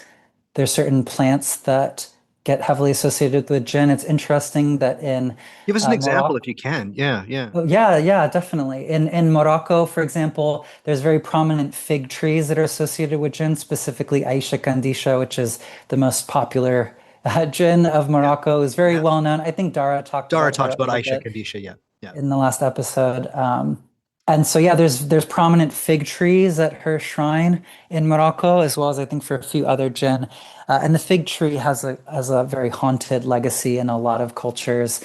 Really interesting stuff there. The strangler fig, especially the banyan with these aerial roots, and it's considered a tree that ghosts are thought to dwell at all across the world, especially in Southeast Asia. Syrian rue or harmal is also heavily associated with the jinn. They're thought to dwell in it, but it's also thought to repel them oftentimes too. Part of that ambiguity, right? Like they're related to it, but it also repels them. The mandrake comes up sometimes for the jinn. Always pops Sometimes up it's that referred that to as the pesky apple of the mandrake. jinn. I know, right? Obviously, it's a very witchy plant. And then there's a tree which is associated actually with Islamic eschatology called the lot tree or the Sidrat al-Muntaha. Or it's this as a part of the Prophet Muhammad's visionary experience that he experienced kind of like at the end of time, or this barrier between the divine and the world of human beings. And but this is the leaves from this tree are oftentimes used to wash bodies after people have passed away. And this tree has strong associations with the jinn as well. Similarly, these kinds of topics of death and liminality and whatnot. But I think on the point of talking about the more tangible quality of jinn and their typologies, another thing that comes up, I already mentioned that they're considered mortal beings, that they do have long lifespans. Another thing that comes up is diet sometimes, like do they eat? Hmm. And you get different ideas about that. In the Hadith, there's actually this notion that the jinn consume bones, like bones are their food, and also that various forms of waste and bones are like waste matter in general. And they're heavily associated with things that we would consider to be like waste or related to it. So the jinn come up with bathrooms a lot, that a lot of bathrooms, as well as places like hammams where people, like public bathing spaces and things are related to the jinn. In certain cultures, they're thought to dwell in places that are hot and moist. They're kind of, I think of them kind of like mosquitoes in that way, actually. There's a weird, in their blood drinking quality, maybe there's a weird similarity there.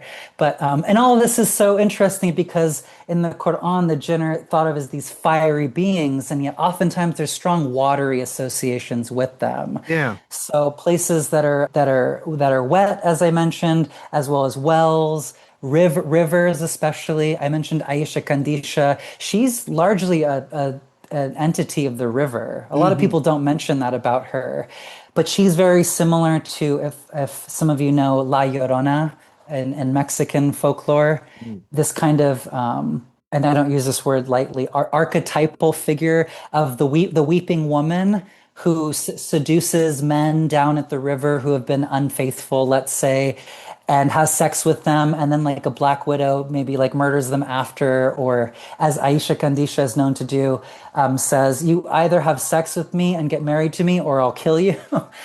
All of this is thought to happen by the river, and her husband, the jinn Hammu, he is also thought of as like a riverine jinn, and they sort of rule these different rivers in Morocco together. So water is heavily associated with the jinn, including the sea, the ocean, the sea.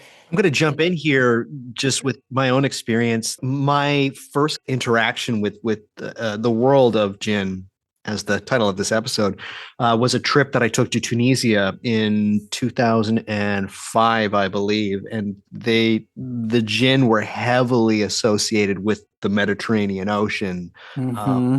when I would talk to locals there, they talk about the that area specifically. There's a lot of places where people don't go fishing. They don't try to pass through with their boats. That's where the jinn congregate. And it was very associated. So I immediately associated, because I was young. I was 22 years old at the time. So I immediately associated jinn with the sea.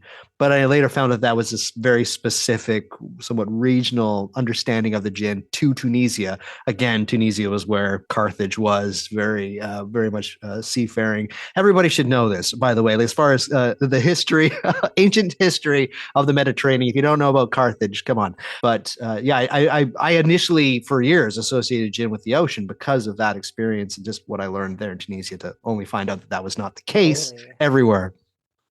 Yeah, Tunisia, as you said, is known for the crossover between jinn and the sea, and populated by my ancestors. I'm Lebanese, so the Phoenicians, Phoenicians, the that's right. Carthaginians, Yeah. as a seafaring people, and Morocco gets some of that Hmm. too. Not as much as Tunisia, but in Morocco, there is this notion that yet some Aisha Kandisha, some versions of her associated with the sea, but some would say even because the jinn are thought to be afraid of salt, for example, that because the sea is filled with salt, that there's no jinn in the sea. And then if you go more into the interior of Morocco, some would say it's not really the sea as much as it is the rivers and the wells and this kind of underground water system.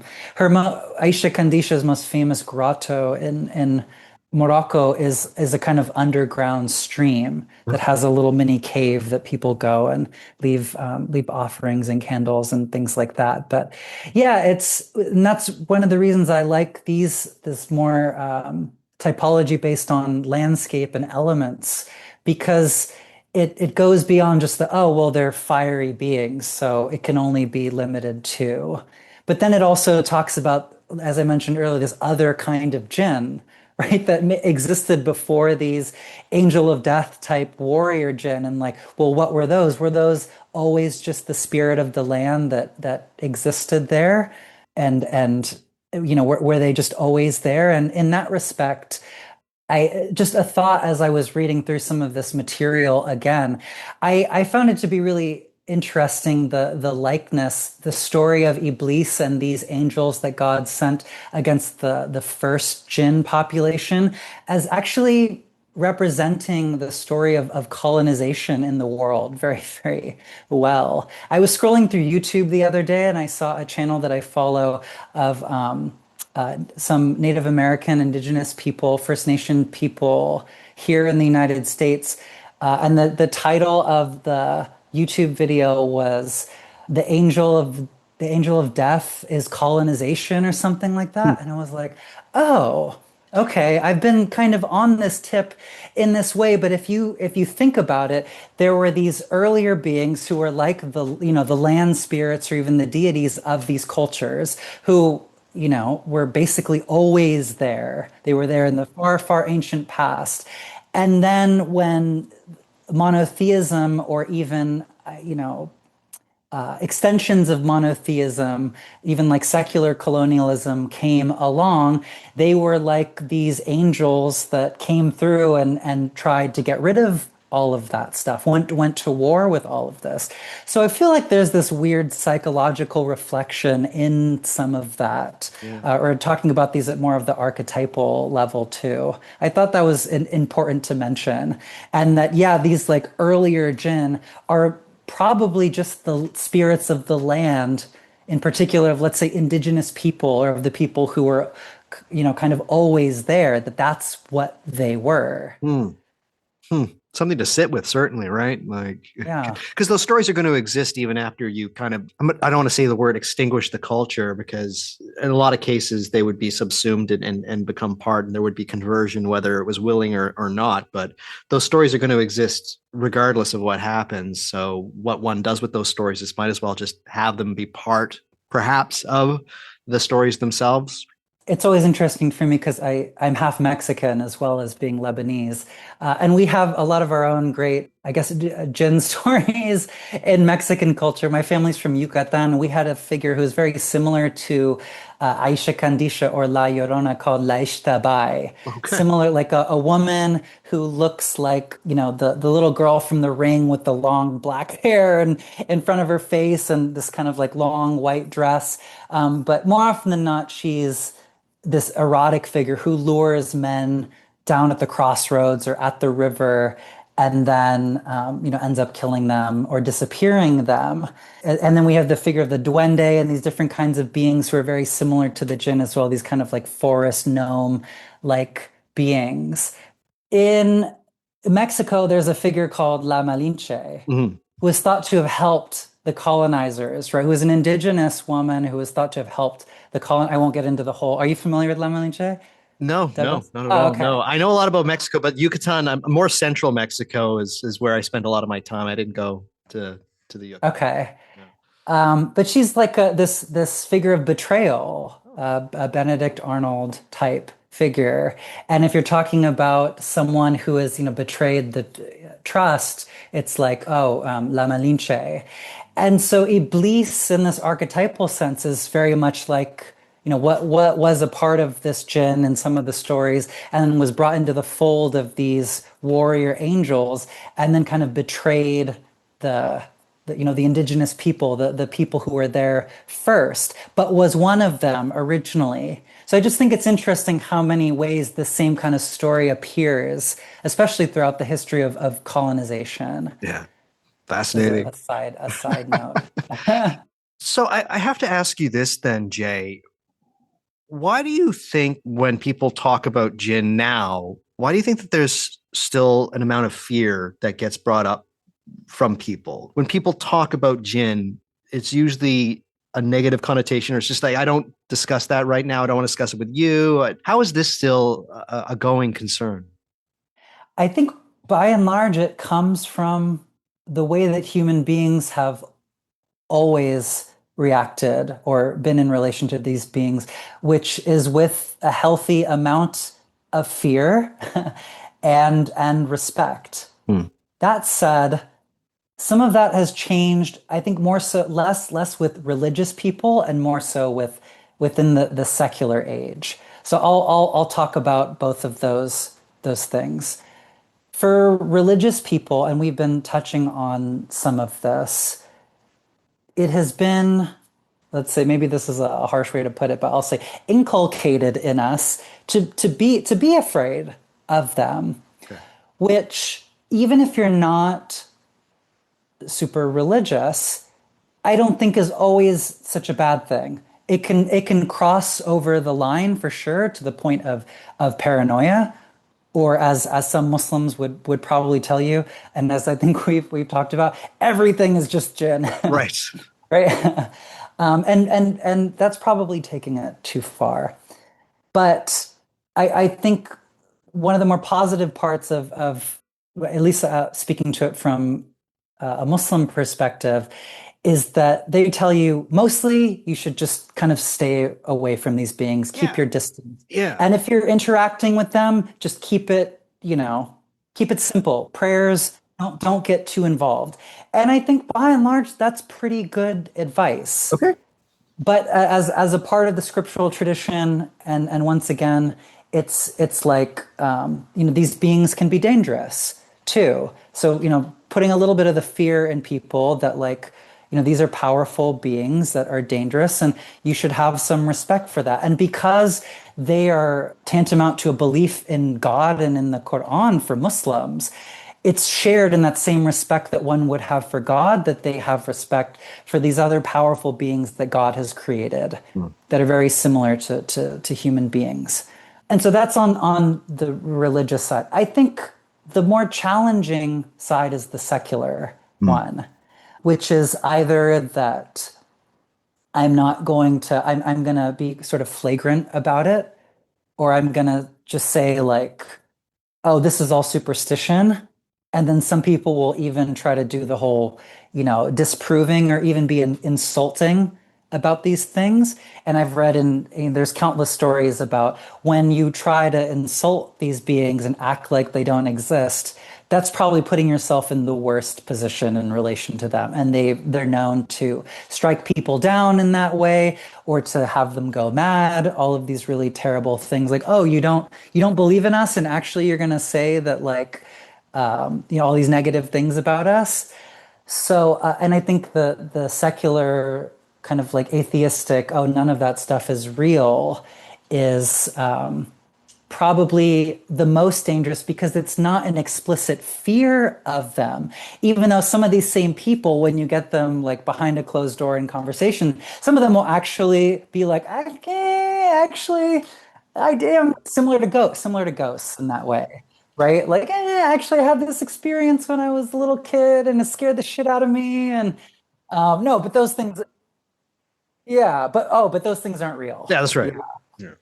So I think that's probably the most dangerous, though it's not explicitly like at least according to most of them, a fear-based paradigm. But I think there's something deeply in us that relates to these being similar to how we relate to wild animals, which I don't think that it's that surprising that the jinn are so related to animals in that regard, that it triggers something in us when we were, hunter-gatherers, you know, 200,000 years ago or whatever, encountering that animal in the wild, this predatory animal, it triggers that same thing in us. That's why I think the fear response comes up in that same way.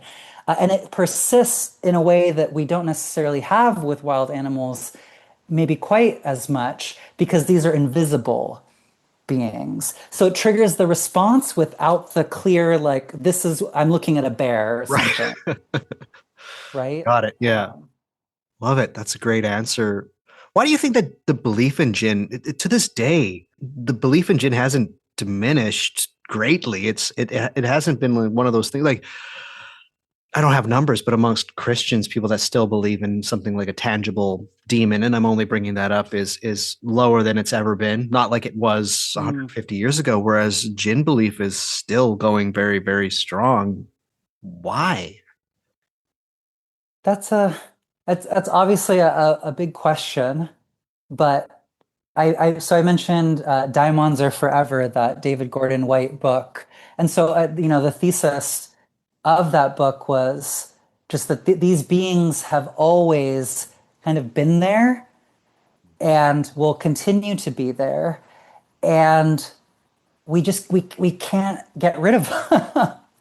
We can't get rid of them. So I think it's in short a fundamental part of their nature that they're sticky in some sense. And I think a big part of that is also they're tied to the land and to the earth itself.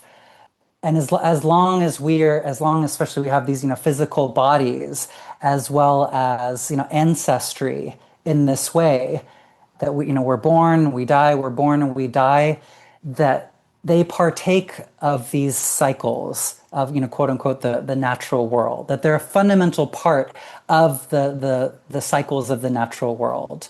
And, I've been talking a little bit about that, the relationship to, the plants and the earth and the elements and things of this nature. I would also add that, especially in Islam, that they are a continuation of these beliefs about the ancestral dead and about ancestors, which for different cultures could be the beliefs in ghosts, Mm. right? Which are still so continuously prominent in this way that they've persisted and persisted. Why do people still continue to believe in ghosts? This is a subject that I've done a lot of research on, and I plan on teaching a class on soon, and hopefully doing some more writing on soon. I've done a little bit of writing on it, which you can find on my Substack. The article is called "The Key to Understanding the Daimon," which is that the figure of the daimon or the jinn or the genius is intimately related to the world of the dead, the land of the dead, and the ancestors. And I didn't mention this in relation to the Quran, but it's important that there's no ancestral world in the Quran or in Islam. There's no ancestral cult, even like we see in a lot of Catholicism, Christianity, where some of that comes up.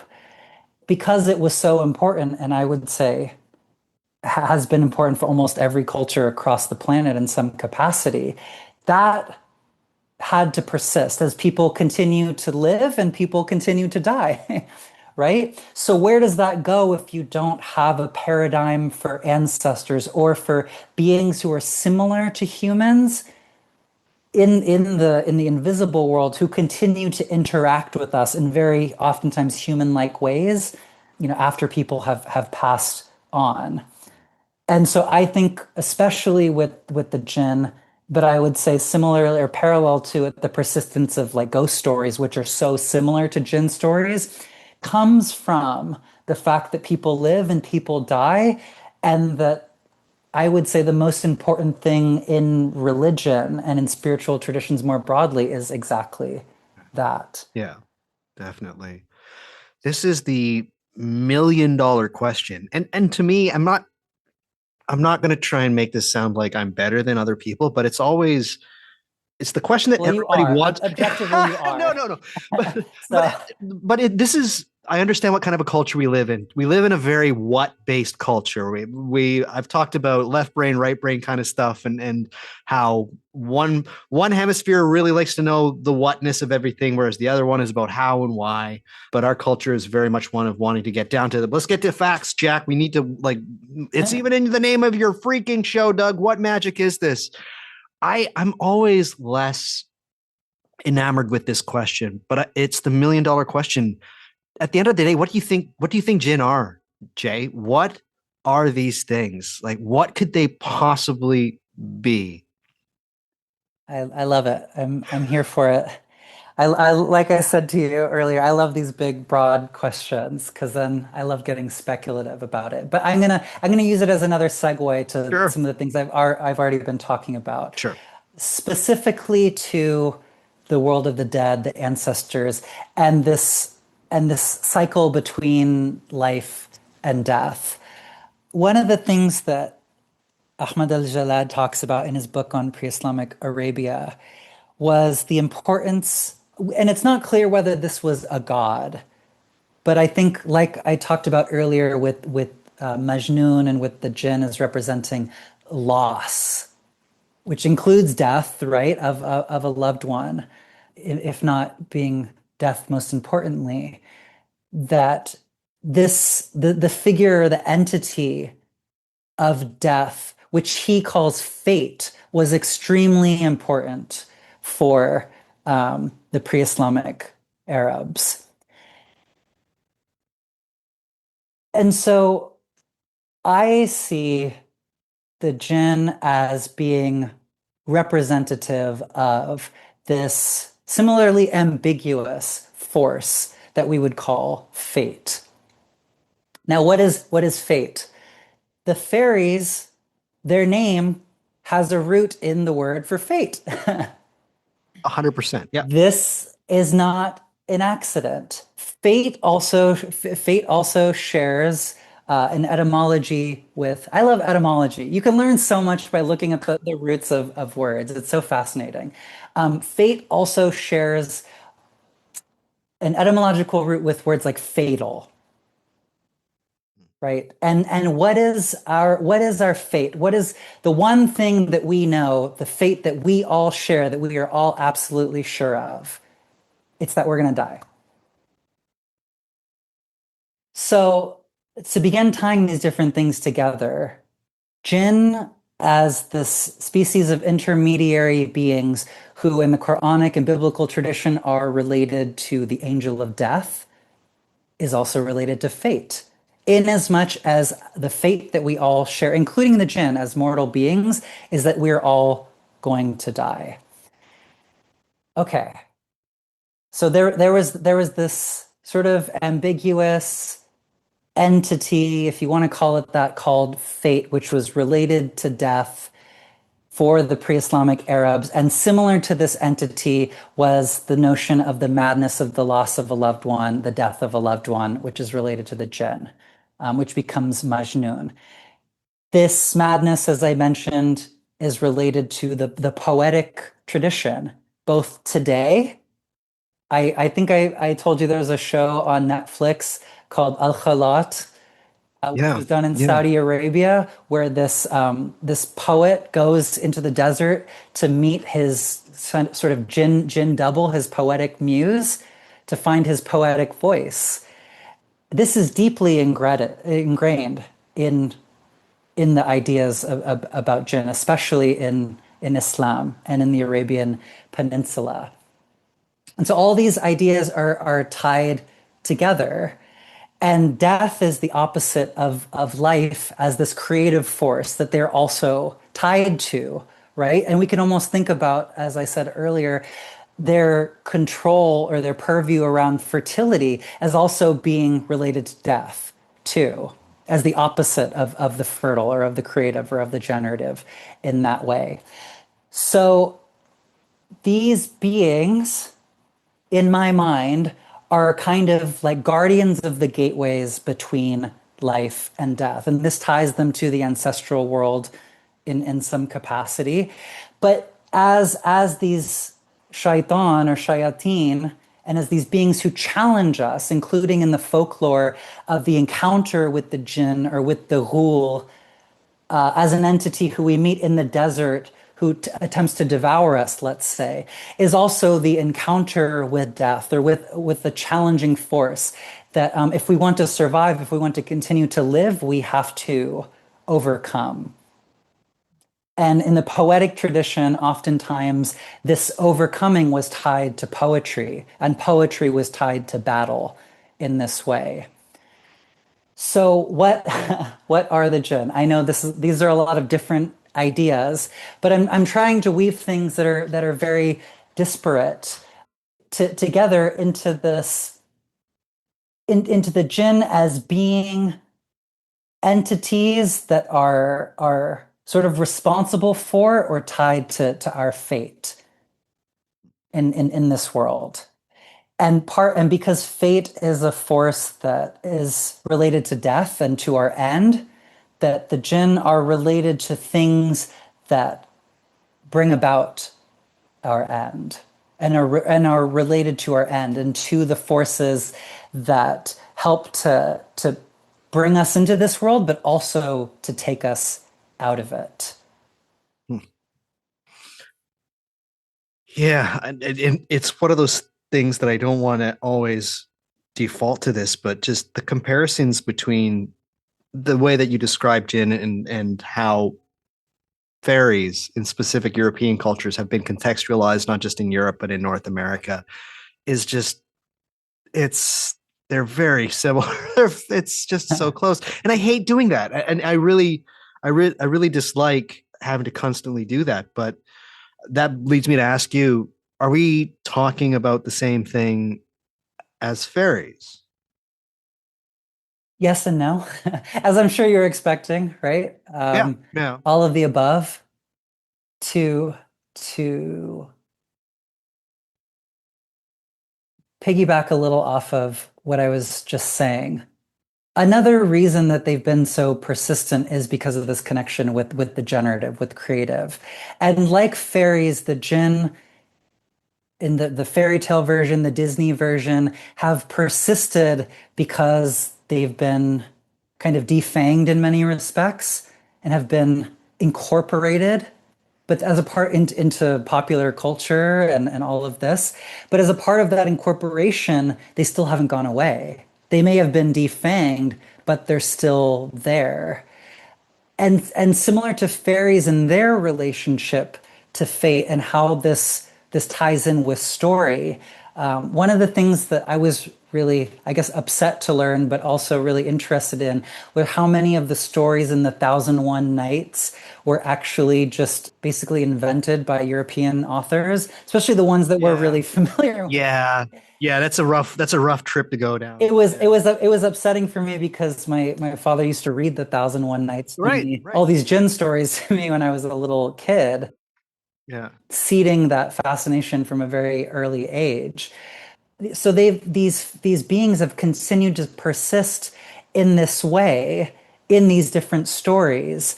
And I think one way that we can track how they've both persisted, but also what they really are and what they represent is how they've shifted in this manner. And so before, in ancient times, one would encounter their daemon in perhaps ritualistically in their encounter with this figure of the Kahin or with the quote unquote soothsayer or the wise person. And that was an encounter with their destiny, with their path, with their fate in Yeah, life, with the thing that's supposed to be up the road for exactly them. their higher purpose, which is Yeah. death, but it's also other things. Mhm. When the Quran and when the monotheistic religion comes along, that paradigm is largely shattered in terms of the encounter with the daimon or with the jinn or the genius in that sort of way.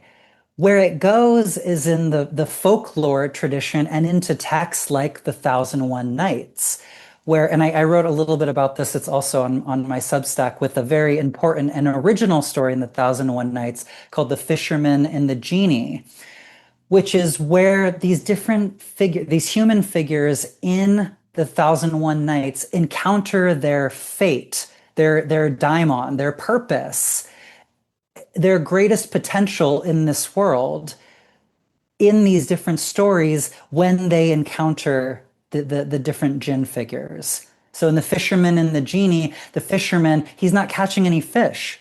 And he prays to God. He's like, my family's going to die of starvation because I haven't been able to feed my family or pay for anything. He prays to God, and then he takes his fishing line and he pulls out one of these, Solomonic brass bottles. He opens it up and a huge jinn comes out. And then I'm not going to get into the whole story because we don't have time, but through that interaction with this being who says he's going to kill him, the jinn then says, I'm going to kill you, but he overcomes it. Through that interaction, he ends up coming to his greatest potential, finding wealth, getting lots of fish. So coded within these stories is to reach your fate, but also your greatest potential. There has to be this interaction with the figure of the jinn, with the daimon, with the genius. And this interaction has been stripped from the mainstream religion. And so then it's gone into the folklore. And I would argue that the same thing has happened with the fairies as well, and why the fairies have been such strong inspiration for European art And even like, this idea of like, oh, Van Gogh is fairy possessed with his little candles around his head Right. and his sword. He was a madman, right? Like we all kind of understand that about Van Gogh. And so the Majnun that Van Gogh experienced was the same Majnun that Al-Jalad was writing about in pre-Islamic Arabia, right? And that hasn't changed. It's only gone more so away from the sort of normative religious and spiritual traditions and moved into art and folklore as an extension of art, right? Storytelling and writing. That's why I was so glad you opened up the episode with Dara in this like story is important, right? Yeah, always. Because this is the basis for it. So It's been relegated to story and folklore, but that's where it's kind of always been, right? Like it's a homecoming. While certain stories can only stay within certain parameters, particularly with things like religion, it's not that they fall away from the more official lines of communication. It's just that they're always lurking where they were meant to be. it never left. It never left. No. I guess what I'm trying to say is that there used to be avenues for people to Right. access their Right. destiny, their fate, Yeah. their daimon, their jinn within sort of what we would call the religious structure of the culture. And a lot of that has gone away.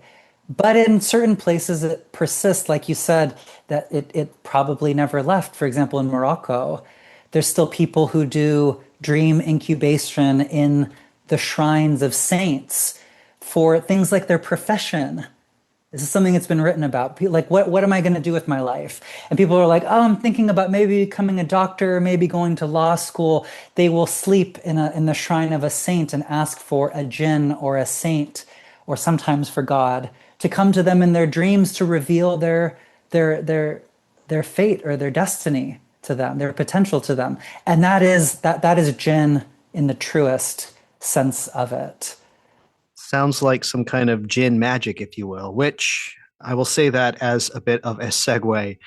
Jay is going nowhere. Jay is going to be back on the next episode of What Magic Is This podcast, where we'll be talking about gin and magic, as well as gin behavior, some very interesting things to untangle there, as well as other very fascinating aspects of the gin. So this is just a nice, very in-depth taste of the world of gin, but we will be going a little bit deeper. Now that we have this, and this is a bit of a template, we can get a little bit more into some of the more, well, I'm just going to say it only gets more interesting from here.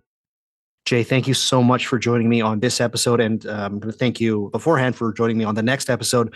For folks that want to know more about what you do and where to find you, what are the best avenues to do that? Yes, thank you. Thank you again for having me. Stay tuned. I'm so excited to reconvene with you. Me too. Oh, man. The best Yeah. the best place to find me, and you can also find some of the articles that I mentioned, is actually on Substack.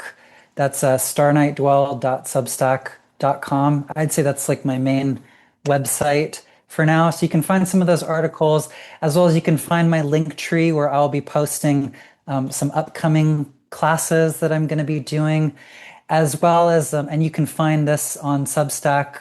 There's a website as well as on Instagram, a press that I recently started called Mount Q Press, which is a reference to Mount Gough, which will be I We think will be talking talking about about, soon, yes. the homeland of the Jinn, if you will.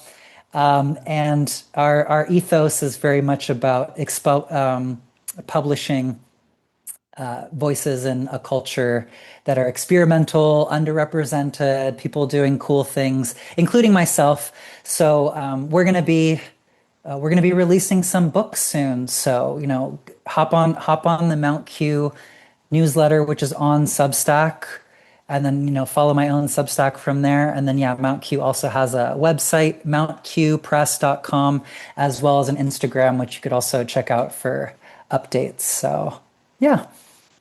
Fantastic. All of those, of course, will be in the show notes to this episode. Jay, thank you again. This is not a goodbye. This is see you in a couple of weeks because yeah, we're going to be getting some magic into this into the Jinn world. There's just so much. I was actually quite shocked. I knew that Jinn and magic were related, but to the depths that they are, it's really fascinating, and I'm so excited to be able to talk about such things with you in a couple of weeks' time. Two peas in a pod. Inshallah. I'll see you soon.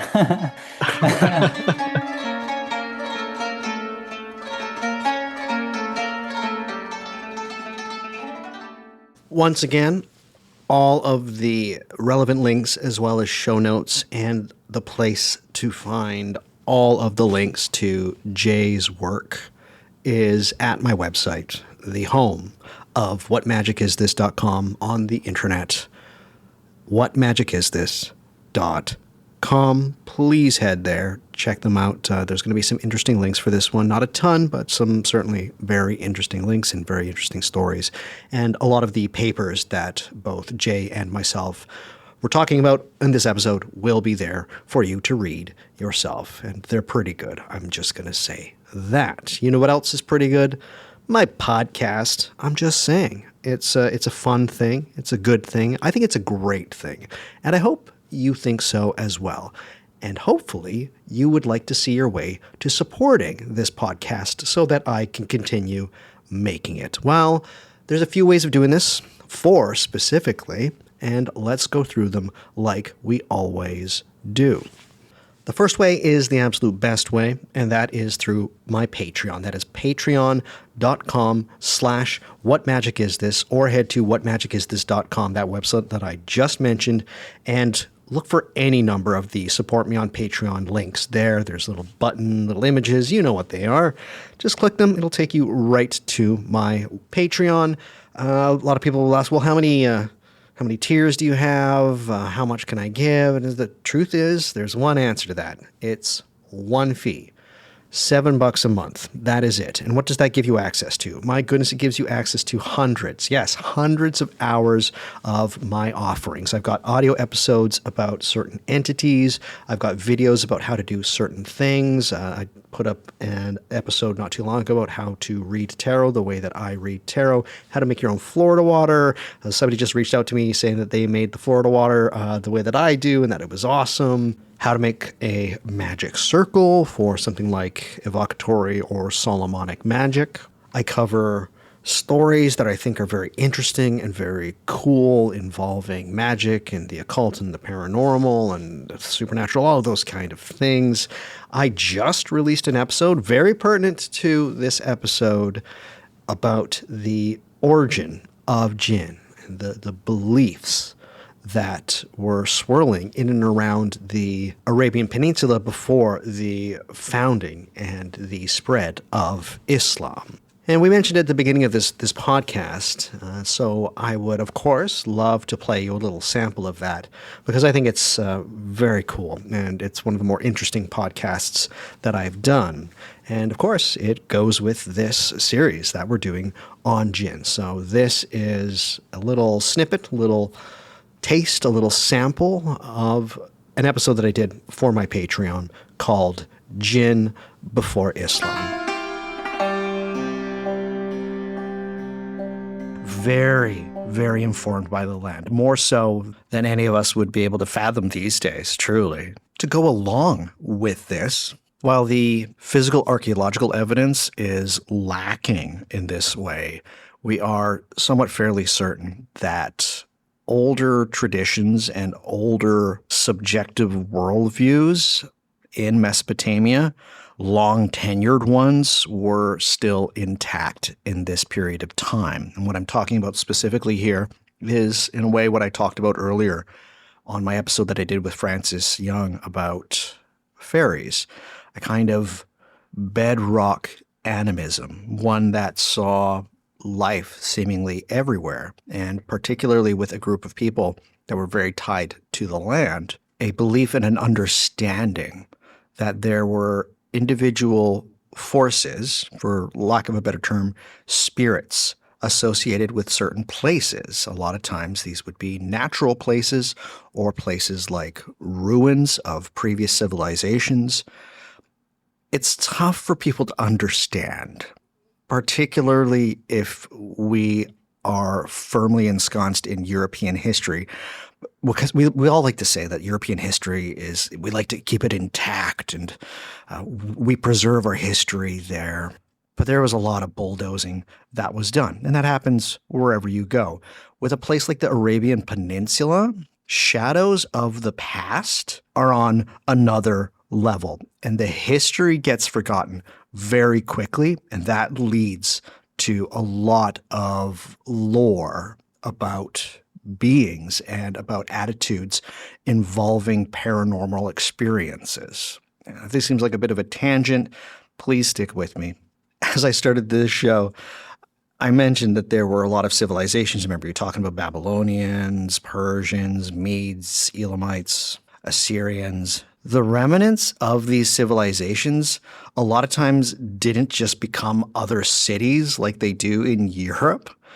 A lot of them just stopped existing as places where people would live, a lot of times due to being conquered and destroyed by other civilizations. But ruins would stay there. They would be a lot of times considered places that would be inhabited by, for lack of a better term, again, ghosts and agencies that might be very different than that of humans. And not always negative. I want people to understand. These aren't always, oh, there's a scary ruin there. It must be filled with deadly spirits and things of that variety. A lot of times the Bedouin tribes would have to use these ruins as shelter from the elements. So the spirits and the things that would exist there would have to be negotiated with in a way. And a lot of times they could be, in a way, companions for their stay in the area. A very early scholar of the Qur'an and Islam, Muqatil Suleiman, says that the practice of venerating spirits, basically the jinn, started obviously with a certain specific Bedouin tribe. And they said that when they would be traveling and when the sun would start to go down, they would talk with the spirits of the place, which would be understood as being jinn.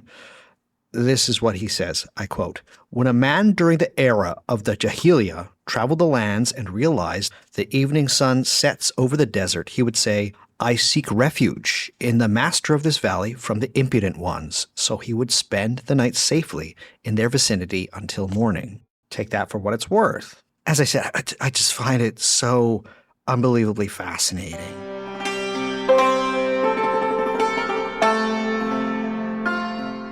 Well, I hope that was somewhat tantalizing. Trust me, it is a fantastic episode, and if you enjoy the whole series that I'm going to do here on the Jinn, you'll definitely love that episode, and you need to hop on the Patreon because it is very well worth it. Following the release of this episode that you were listening to right now will be a Patreon episode that will actually be going into the different varieties of jinn or different kinds of jinn. Yes, some of them are very specific and very unique and somewhat tied to certain parts of the globe or to certain areas. A good example of one is, and not a lot of people know this actually, is that the ghoul. You know how everybody says ghosts and ghouls and stuff like that? Well, ghoul is actually an Arabic word. It means to snatch or to seize.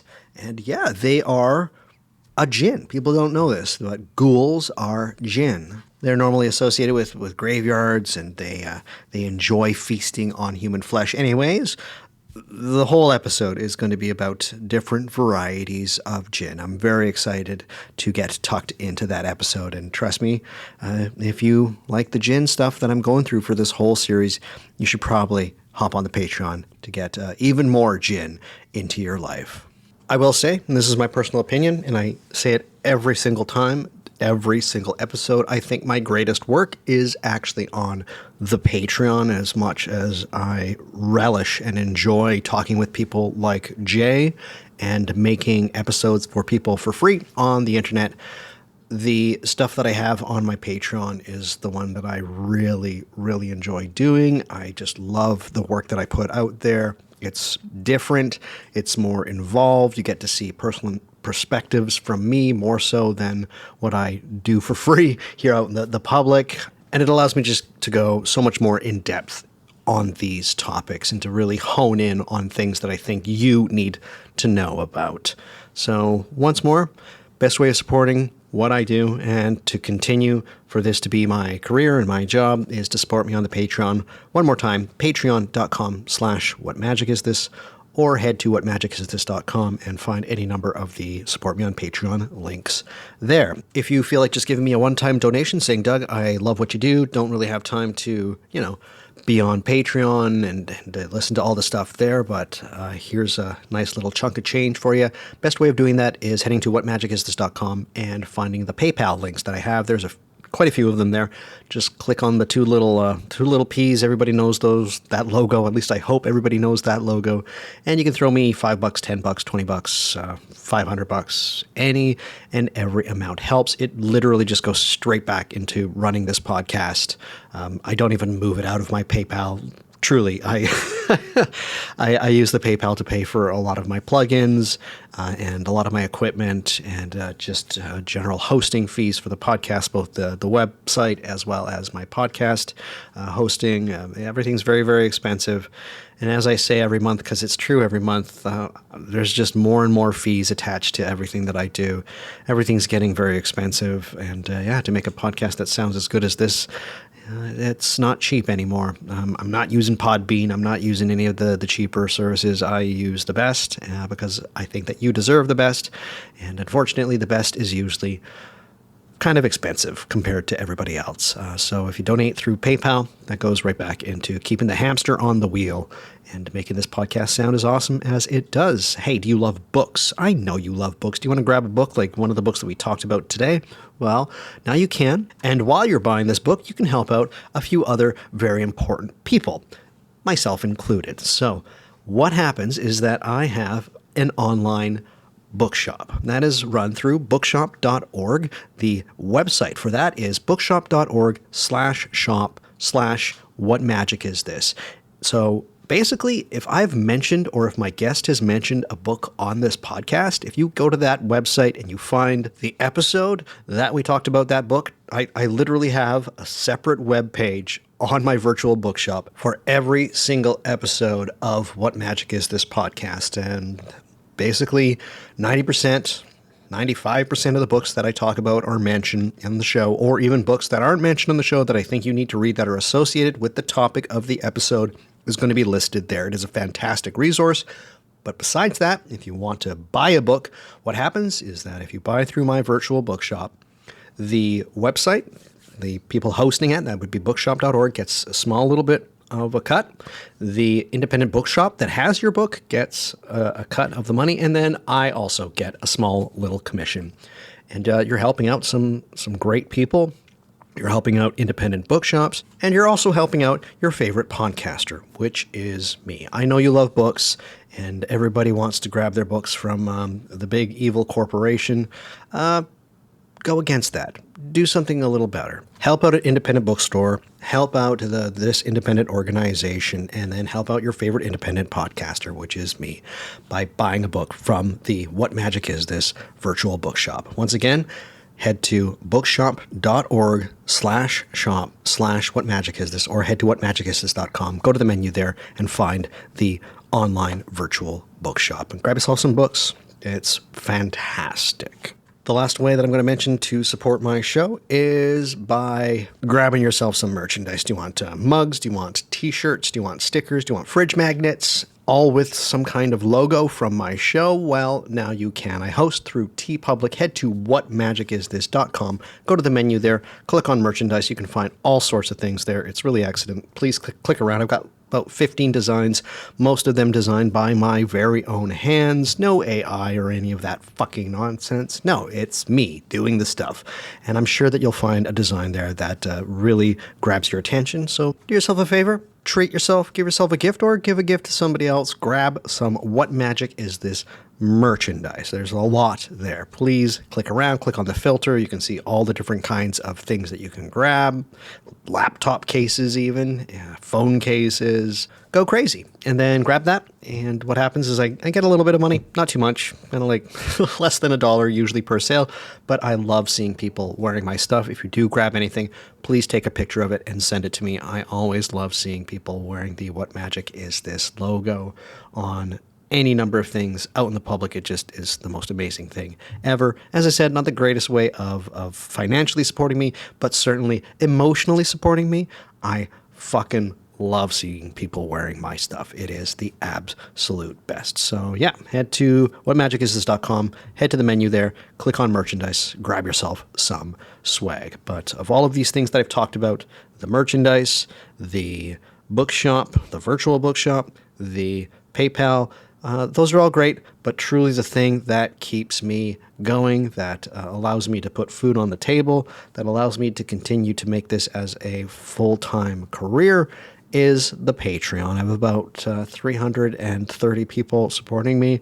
Numbers have dipped quite greatly. I know things are expensive out there, but if you're on the fence about whether or not you want to hop on the Patreon, trust me, now is the time to do so. I need your help, and it'd be awesome. And yeah, let's keep this podcast ad-free. Let's keep this podcast going, and hopefully I'll be able to put out even more stuff in the not-too-distant future. But for now, just one main podcast episode and one major Patreon episode per month is about all I can do. And just for now, that's not going to be a forever thing. So I certainly need your support more than ever. So if you can support, please do. Once more, that is patreon.com/whatmagicisthis, or if there's anything that I talked about in this episode, please head to whatmagicisthis.com. Okay, everybody, I know there was a lot of information for this one, and it might warrant a second to listen to. Trust me, Jay knows what they are talking about. You're not going to get this kind of Jinn information from anybody else. When I asked Jay to be on the show, I said I want to make the greatest podcast episode about Jinn that has ever been made. And they said, let's do it. And so this is the very first that I have of Jay on the show talking about Jinn. We're going to do another one about some Jinn behavior, but more specifically, we're going to be talking about Jinn and magic. So stay tuned for that coming in September. All right, everybody, until next time, I want each and every one of you to stay healthy, to stay hopeful, and to stay luminous. And until then, all the best. Take care, everybody. See you very, very soon.